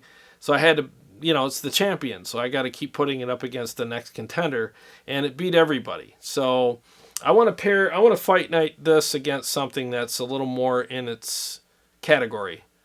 Yeah, for lack of a better term. I wouldn't mind doing it against the Kemper, but I want to give the Kemper a break because I think that people are starting to get worn out. Like, oh, God, Kemper again on fight night. They want to see something new, So, great suggestion. I think it's a great suggestion, but I want to back burner the Kemper and find another contender for this. So, I definitely am open to you guys' suggestions about that. Let's see. Love stereo. This unit is just a mono amp, single speaker geek. Yeah, I'm a big mono or stereo fan as well. Like I got 2 Mesa cabs upstairs in my living room, and I do everything in stereo. And this is a mono unit, and this is the first mono unit that I've owned in a while. And I still like it just as much though. It was weird dialing in the effects because I always picked stereo delays and reverbs and stuff. And this is the first time I've had to pick mono effects in a long time, but it still sounds really good. It really does. So I'm not dissatisfied with it. I was worried. I was worried that because I'm so used to that big twin cab stereo sound that I was going to be like, oh man, it sounds so small. It doesn't sound small to me though. It sounds really freaking full and really good. Let's see here. Todd, I put my Tone Wars sticker on my Head Rush 108. It probably made it sound better. I bet you it sounds like a Friedman now. Yeah, our Tone Wars stickers are $100, and they'll make any FRFR sound like a Friedman. Guaranteed. I guarantee I pray over everyone. Every time you buy a Tone Wars sticker from me, I'll pray over it. And I'll sprinkle holy water on it. And I'll put it in an envelope. And I'll send it to you. I'll send it to you. And the blessings of that speaker will turn any speaker you have into an FRFR made by Friedman himself from heaven above. It's the whiskey. Let's see. Helix bag. Helix bag. Jared's go-to rig. Helix with the Pasadena Proud Center right through to a FRFR's Head Rush. Yeah, that would be an interesting gig. That really would. Whole lot of Bulldog. Have you tried a Laney Ironheart? No, I want to though. I want to get my hands on one. Yeah, that would be a great fight night, wouldn't it? I appreciate your question. Whole lot of Bulldog. If you know anybody that's got a Laney Ironheart, please tell them to contact me. After this video's over, I promise I'll put my email up. That would be a killer shootout. Great idea. I forgot all about that product. Thank you so much for recommending that. Do you guys think that would be a good fight night? Because if you do, I will bend over backwards to find one and get somebody over here with it. That would be super cool. And what's cool about that fight night is we're not dialing in all these different presets and profiles. It is what it is. I'm going to set this thing up, and I know it'll sound good. And we'll set up the other one, and guys will just play them. In fact, stay tuned because Saturday, I'm going to have a couple guys over, and we're going to have a little round table with this. I'm going to have some other players play it, and we're just going to have an open discussion about it. And I think that would be really fun. And that will be it won't be live though. That'll just be a edited video, I think. Unless you guys want me to go live, I'll have to see how that goes. Maybe we could do a live stream. We'll have to see how that goes. But dude, Ironheart, I forgot all about that. Thank you for that suggestion. Let's try to make that happen. Bobby Lackey, Lecky, I'm sorry. Fight night with better presets. You talking about the Axe effects? Because last time the guys dialed in their own presets independently and they liked them, put their stamp of approval on them, and then they did a blind test against the Kemper presets that they dialed in separately, and they still picked the Kemper on that particular fight night. So that was a really interesting one. You might want to watch that. Again, no offense, no disrespect to anybody's gear. I understand why people buy things, and everybody's got different tastes. So it's all good. It's all good. Now this is entertainment. You talking about my Baptist preacher? Oh, I'm praying for you, Todd. I'm sending you a sticker. Terry R. Headrush, I can top that. I'm using 2 Alto TS310s, and I actually like them a lot, although I have never hooked my Helix to any other FRFRs cabs to compare. Yeah, Terry, try some, and again, I'm glad you like them, and I'm sure they fit the bill for you, and they're really good. Try a Friedman, and see what you think. Yeah, I'd like to hear back from you on that. And that's the thing, like right now I'm the best guitar player down here. I'm amazing. I'm the best, but I'm the only guy. So, my buddy TJ Richardson could walk down here and wipe the floor with me easily. I mean, he's way better than me. So it's like, everything's great until you compare it to something something else, and then you start hearing all of the lack that's in what you thought was great. It doesn't mean that product's no longer any good. It's just now you might like something a little better. And that's what my show is all about. I like to do gear shootouts, because when you go to a store, you're not just going to plug into one amp and go, yeah, I really like this, let's buy it. You're going to plug into like 5 amps, and then you're going to whittle it down to the final 2 that you got to decide between. And that's how you pick things. And I mean, even when we buy a bag of apples, we hold it up and go, oh, there's a rotten one at the bottom. I don't want that. Let's get another bag and see how this one looks. It's the same thing, but you're spending thousands of dollars on gear. You should be doing that. If you do it for a $3 bag of apples, you should definitely be doing that with your gear. So I always compare, and that's what this show's about. I don't just do demos, I do reviews, and I tell you my honest opinion. If there's things I like about something, I'll tell you what I like about it. If there's things I don't like about it, I'll tell you that too. This thing, I like everything about it. I really do. But I said earlier, like, I would have liked a delay thing, but another gentleman here said why he didn't do that, and it made a lot of sense. So I get that. I really do. So, but again, the delay thing, it's not a deal breaker, because obviously I have it and I love it. So, let's see. A whole lot of Bulldog. No, mate, I'm on the other side of the world. I don't know anyone near you guys. Well, you don't want to fly over here? No, it's all good, man. I will put out an APB, though, locally on my Facebook page. I will do that, because that is a fantastic idea. Because they're kind of similar-ish, and that's a great idea. I'm going to do that. Thank you so much for that suggestion. I think it's Janice, or yeah. Hey, this is the next video and first time here. Hey, this is the next video. Oh, hey, how you doing, Janice? Nice to see you. Thanks for coming in. I appreciate that. Welcome to the channel. Please subscribe. There's tons of other videos, lots of live streams that we've had, and gear shootouts and fight nights, and it's actually been really fun shooting out all this gear. So please check those out. I appreciate you coming in and saying hello. Bobby, Friedman must sound like a Friedman, though, LOL. What's funny is I'm not a huge fan of Friedman amps, but I do love, I'm trying to be too overly politically correct here. I'm sorry, but I think they're great, but they're just not my taste. But the Friedman cabs, the FRFR, I still haven't found one that sounds good or better. We even did a shootout with that, fight night, and it won. So it's a great cab. It really is. The Atomic CLR was also very good. So was the Line 6 Power Cab 212. But the Friedman is just the bomb. It really is. It's awesome. Warm Chord Music. It's all Ginger's fault. It's all the Ginger's fault. The axe lost. Yeah, right. You did a killer job helping everybody dial that in, man. No one can blame you for that. No, modelers just aren't as good as profilers. It's just a fact. Profilers do a 3D.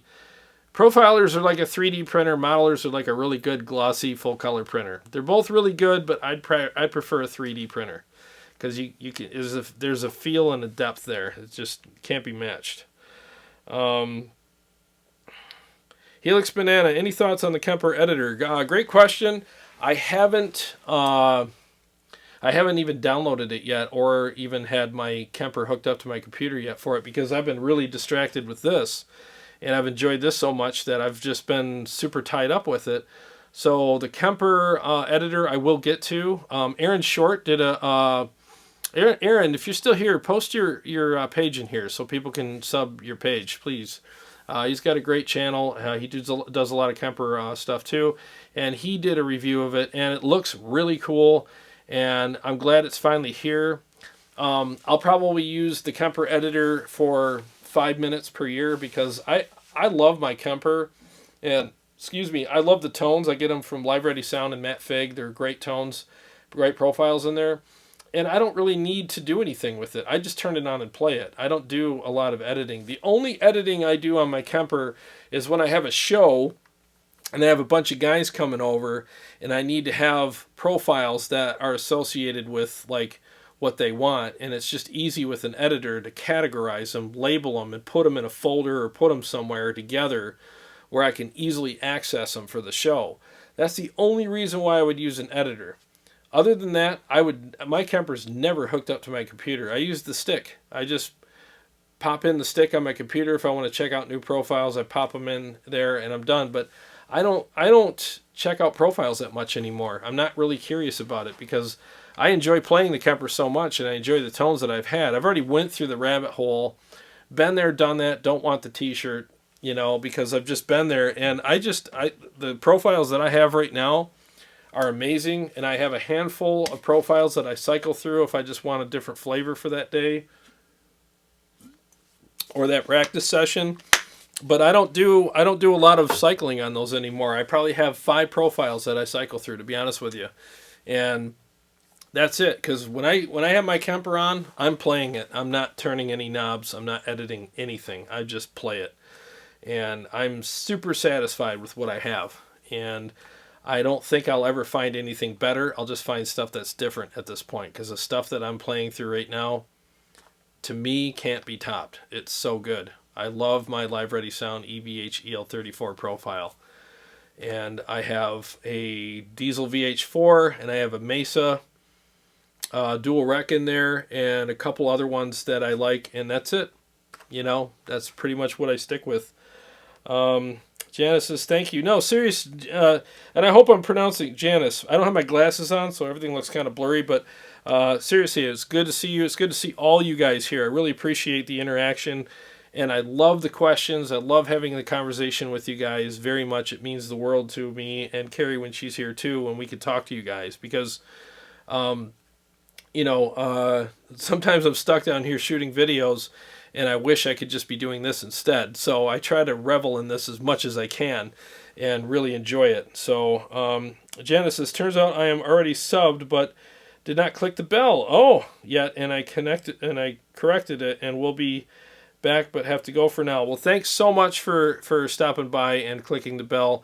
There's tons of videos that you've probably missed. I hope you enjoy getting caught up with all that stuff. Let's see, a whole lot of Bulldog. Modeling guys claim that Kempers impart a plastic sort of sound on top of source amp, homogenizing the tone, so to speak. That's a great topic. I think that some of them can do that, and I think a lot of guys that make profiles for the Kemper overly homogenize it. Because a lot of guys that make profiles, they're not doing it with a player in mind. They're doing it with an engineer in mind that is going to select it for a mix. And because of that, it's overly homogenized and overly processed to sit in a mix. And then when you play it by yourself as a player, you're like, this doesn't sound right, because it's been castrated and it's been nipped and tucked and tweaked, and it just doesn't sound like an amp. But Live Ready Sound, if you get the Fat Metal Players Pack, doesn't have any of that. It's just a pack for guys like you and me who have guitars and want to play, and we're not sitting here turning knobs in a studio going, oh, that'll fit in a mix really well. Because their hands aren't involved. They're not thinking like a guitarist. They're thinking like a mix engineer or a mastering engineer.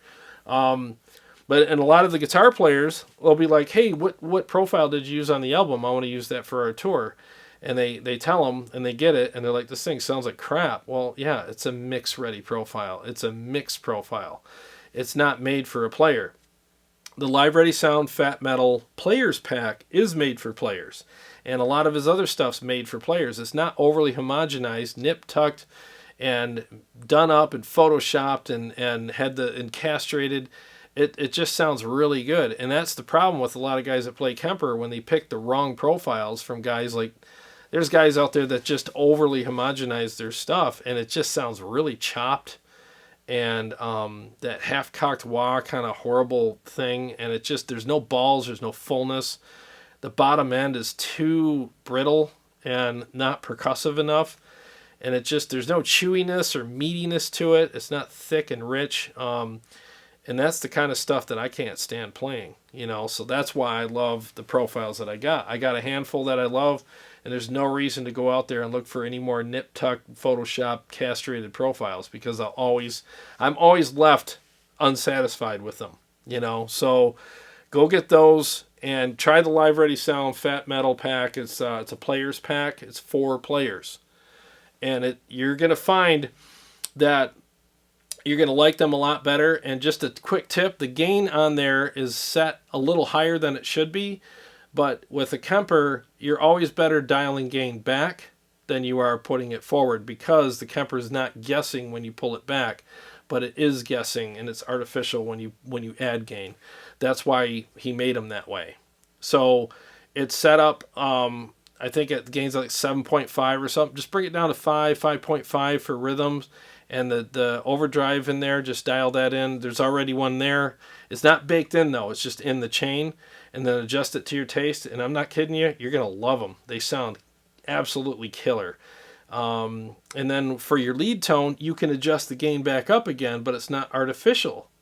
You see what I'm saying? You're adjusting it back up to what it was profiled at, or at least a little under that. And it's not guessing. It's real. So that's why they're made the way they are. And they feel and sound great, especially through a real power amp and cab. They're unbeatable. Helix Banana, 99 cents. Thank you.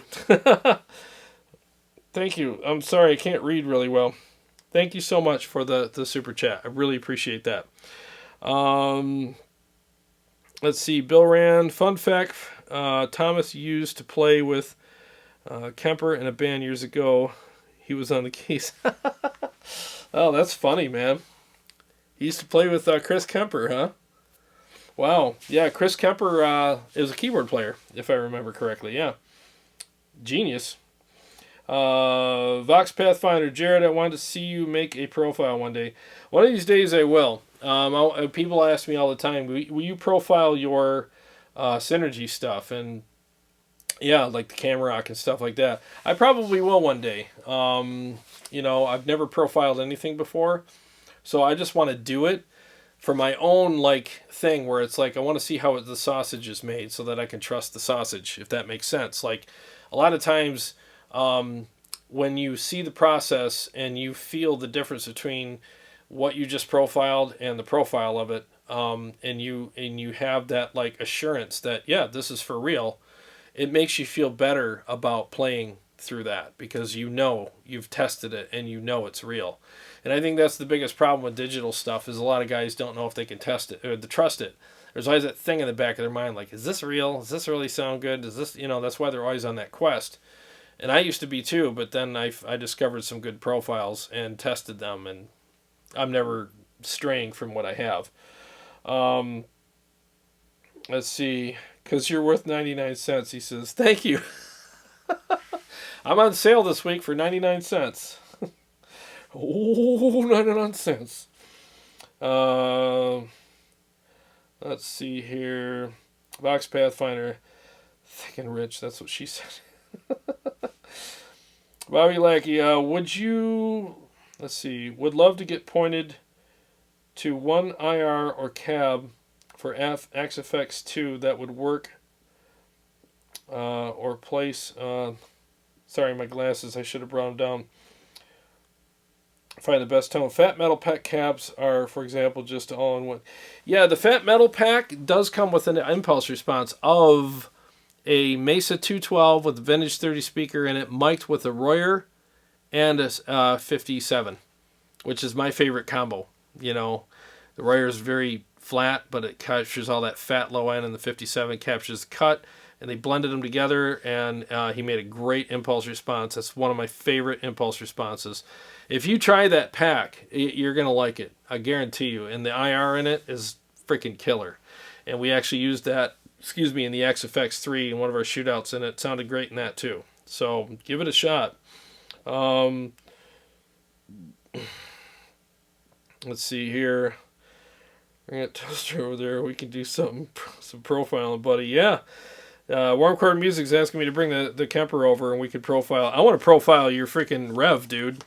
I want to see how close we can get that, because your Rev amp is like stupid. It's amazing. Chicago Todd, the 99 cents covers Tone Wars Friedman TV evangelist voice. Oh man, thank you so much. Wish I had a napkin down here to wipe all the sweaty Baptist preacher sweat off of me. Bobby Lackey, thanks, Jared. Yeah, you're welcome, dude. Seriously, try. And Live Ready Sound also makes impulse responses for everybody. Like, you can go there and buy impulse responses for anything. And I know Tim. He's actually he's a good guy. He's very honest, and he makes great stuff, and he takes great pride in what he does. And he's one of those guys. He's a player. He's not. See, here's the thing. Tim is not a studio engineer mixing albums all day. He's a guitar player, so he makes profiles for guitar players, because that's what he is. I sound like Ray Zelinsky. I make parts for cars because that's what I am. Whatever, you know, that Tommy Boy thing. But yeah, I mean, he's a player, so he's going to make profiles for players, not studio engineers. Because a studio engineer could take any one of his profiles and nip-tuck it and do whatever he's got to do to make it fit in the mix anyway. You know, so they work for everybody. But the only difference is when you got the overly homogenized profiles for the Kemper and you try to play them as a player, you're always going to be like, this doesn't sound or feel like an amp. Well, yeah, of course it doesn't. It sounds and feels like an amp that was, just completely castrated, So that's where the plastic stuff comes from. Dave Salvador, what's up, man? That's my buddy from Lansing I've known Dave for 20 years. Good dude. Orchard Music says, dude, I have the red general profile pack of my amp. Yes, you do. You do, and it's a great pack. I just want to profile it just for myself. I want to profile it with all my favorite settings on it and see what it'll do. Yeah, so he does have a profile pack of that amp, and it's really good. But I don't know. I just want to do it for fun. Let's see. Ben Burnett. Love you too, Dave. Dave's a good dude. We got to get together and hang out soon. Well, guys, I've been on for... I've been on a while. I got to eat.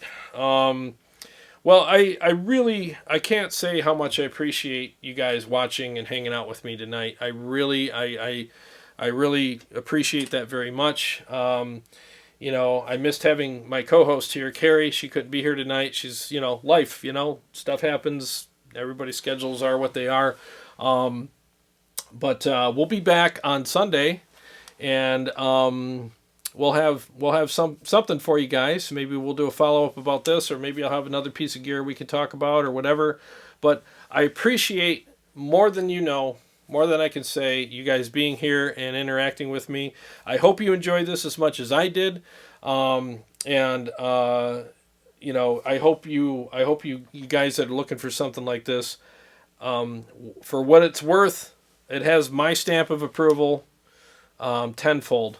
It's a great product. Thomas Blug is an amazing musician and amazing amp builder, and he came up with a great no-compromise product. So I would suggest I highly recommend this product. Go out and try one of these. It's amazing. Again, I'm not sponsored by anybody. I bought this with my own money that I made from my paper route, because my dad made me. But yeah, it's great. I recommend it, and I'm going to put my email on this in a few minutes here when we're done, and feel free to reach out to me for any reason if you guys got questions or whatever. I love helping people. I do help people for a nominal fee. Like if you need some extensive help, we can do Skype, kind of stuff, where I can help you with your rigs and stuff. I'd be happy to do that. And I've gotten to know a lot of great people by having this channel, and I appreciate every single relationship that this channel has brought to me. And I appreciate all you guys very much. And you'll always get the truth from me. I'm not a shill. I buy most of the stuff that I try out and talk about here. And if you want the truth and what's going on with gear, at least my truth and my honest opinions about them, this is where you want to come at Tone Wars. And we do fight nights every first Sunday night of the month, where we shoot out 2 products blind with multiple players, multiple genres, and then we have a talk about it afterwards and score them against each other and pick a winner. So again, thank you so much for joining me. I appreciate it, and I will see you guys very soon. If not before Sunday, it'll be Sunday night, 7 o'clock. Carrie and I will be back, and we'll hang out with you guys. Thank you so much. God bless you all, and God bless you all. And you guys all have a good night. I'm starving. I'll talk to you guys.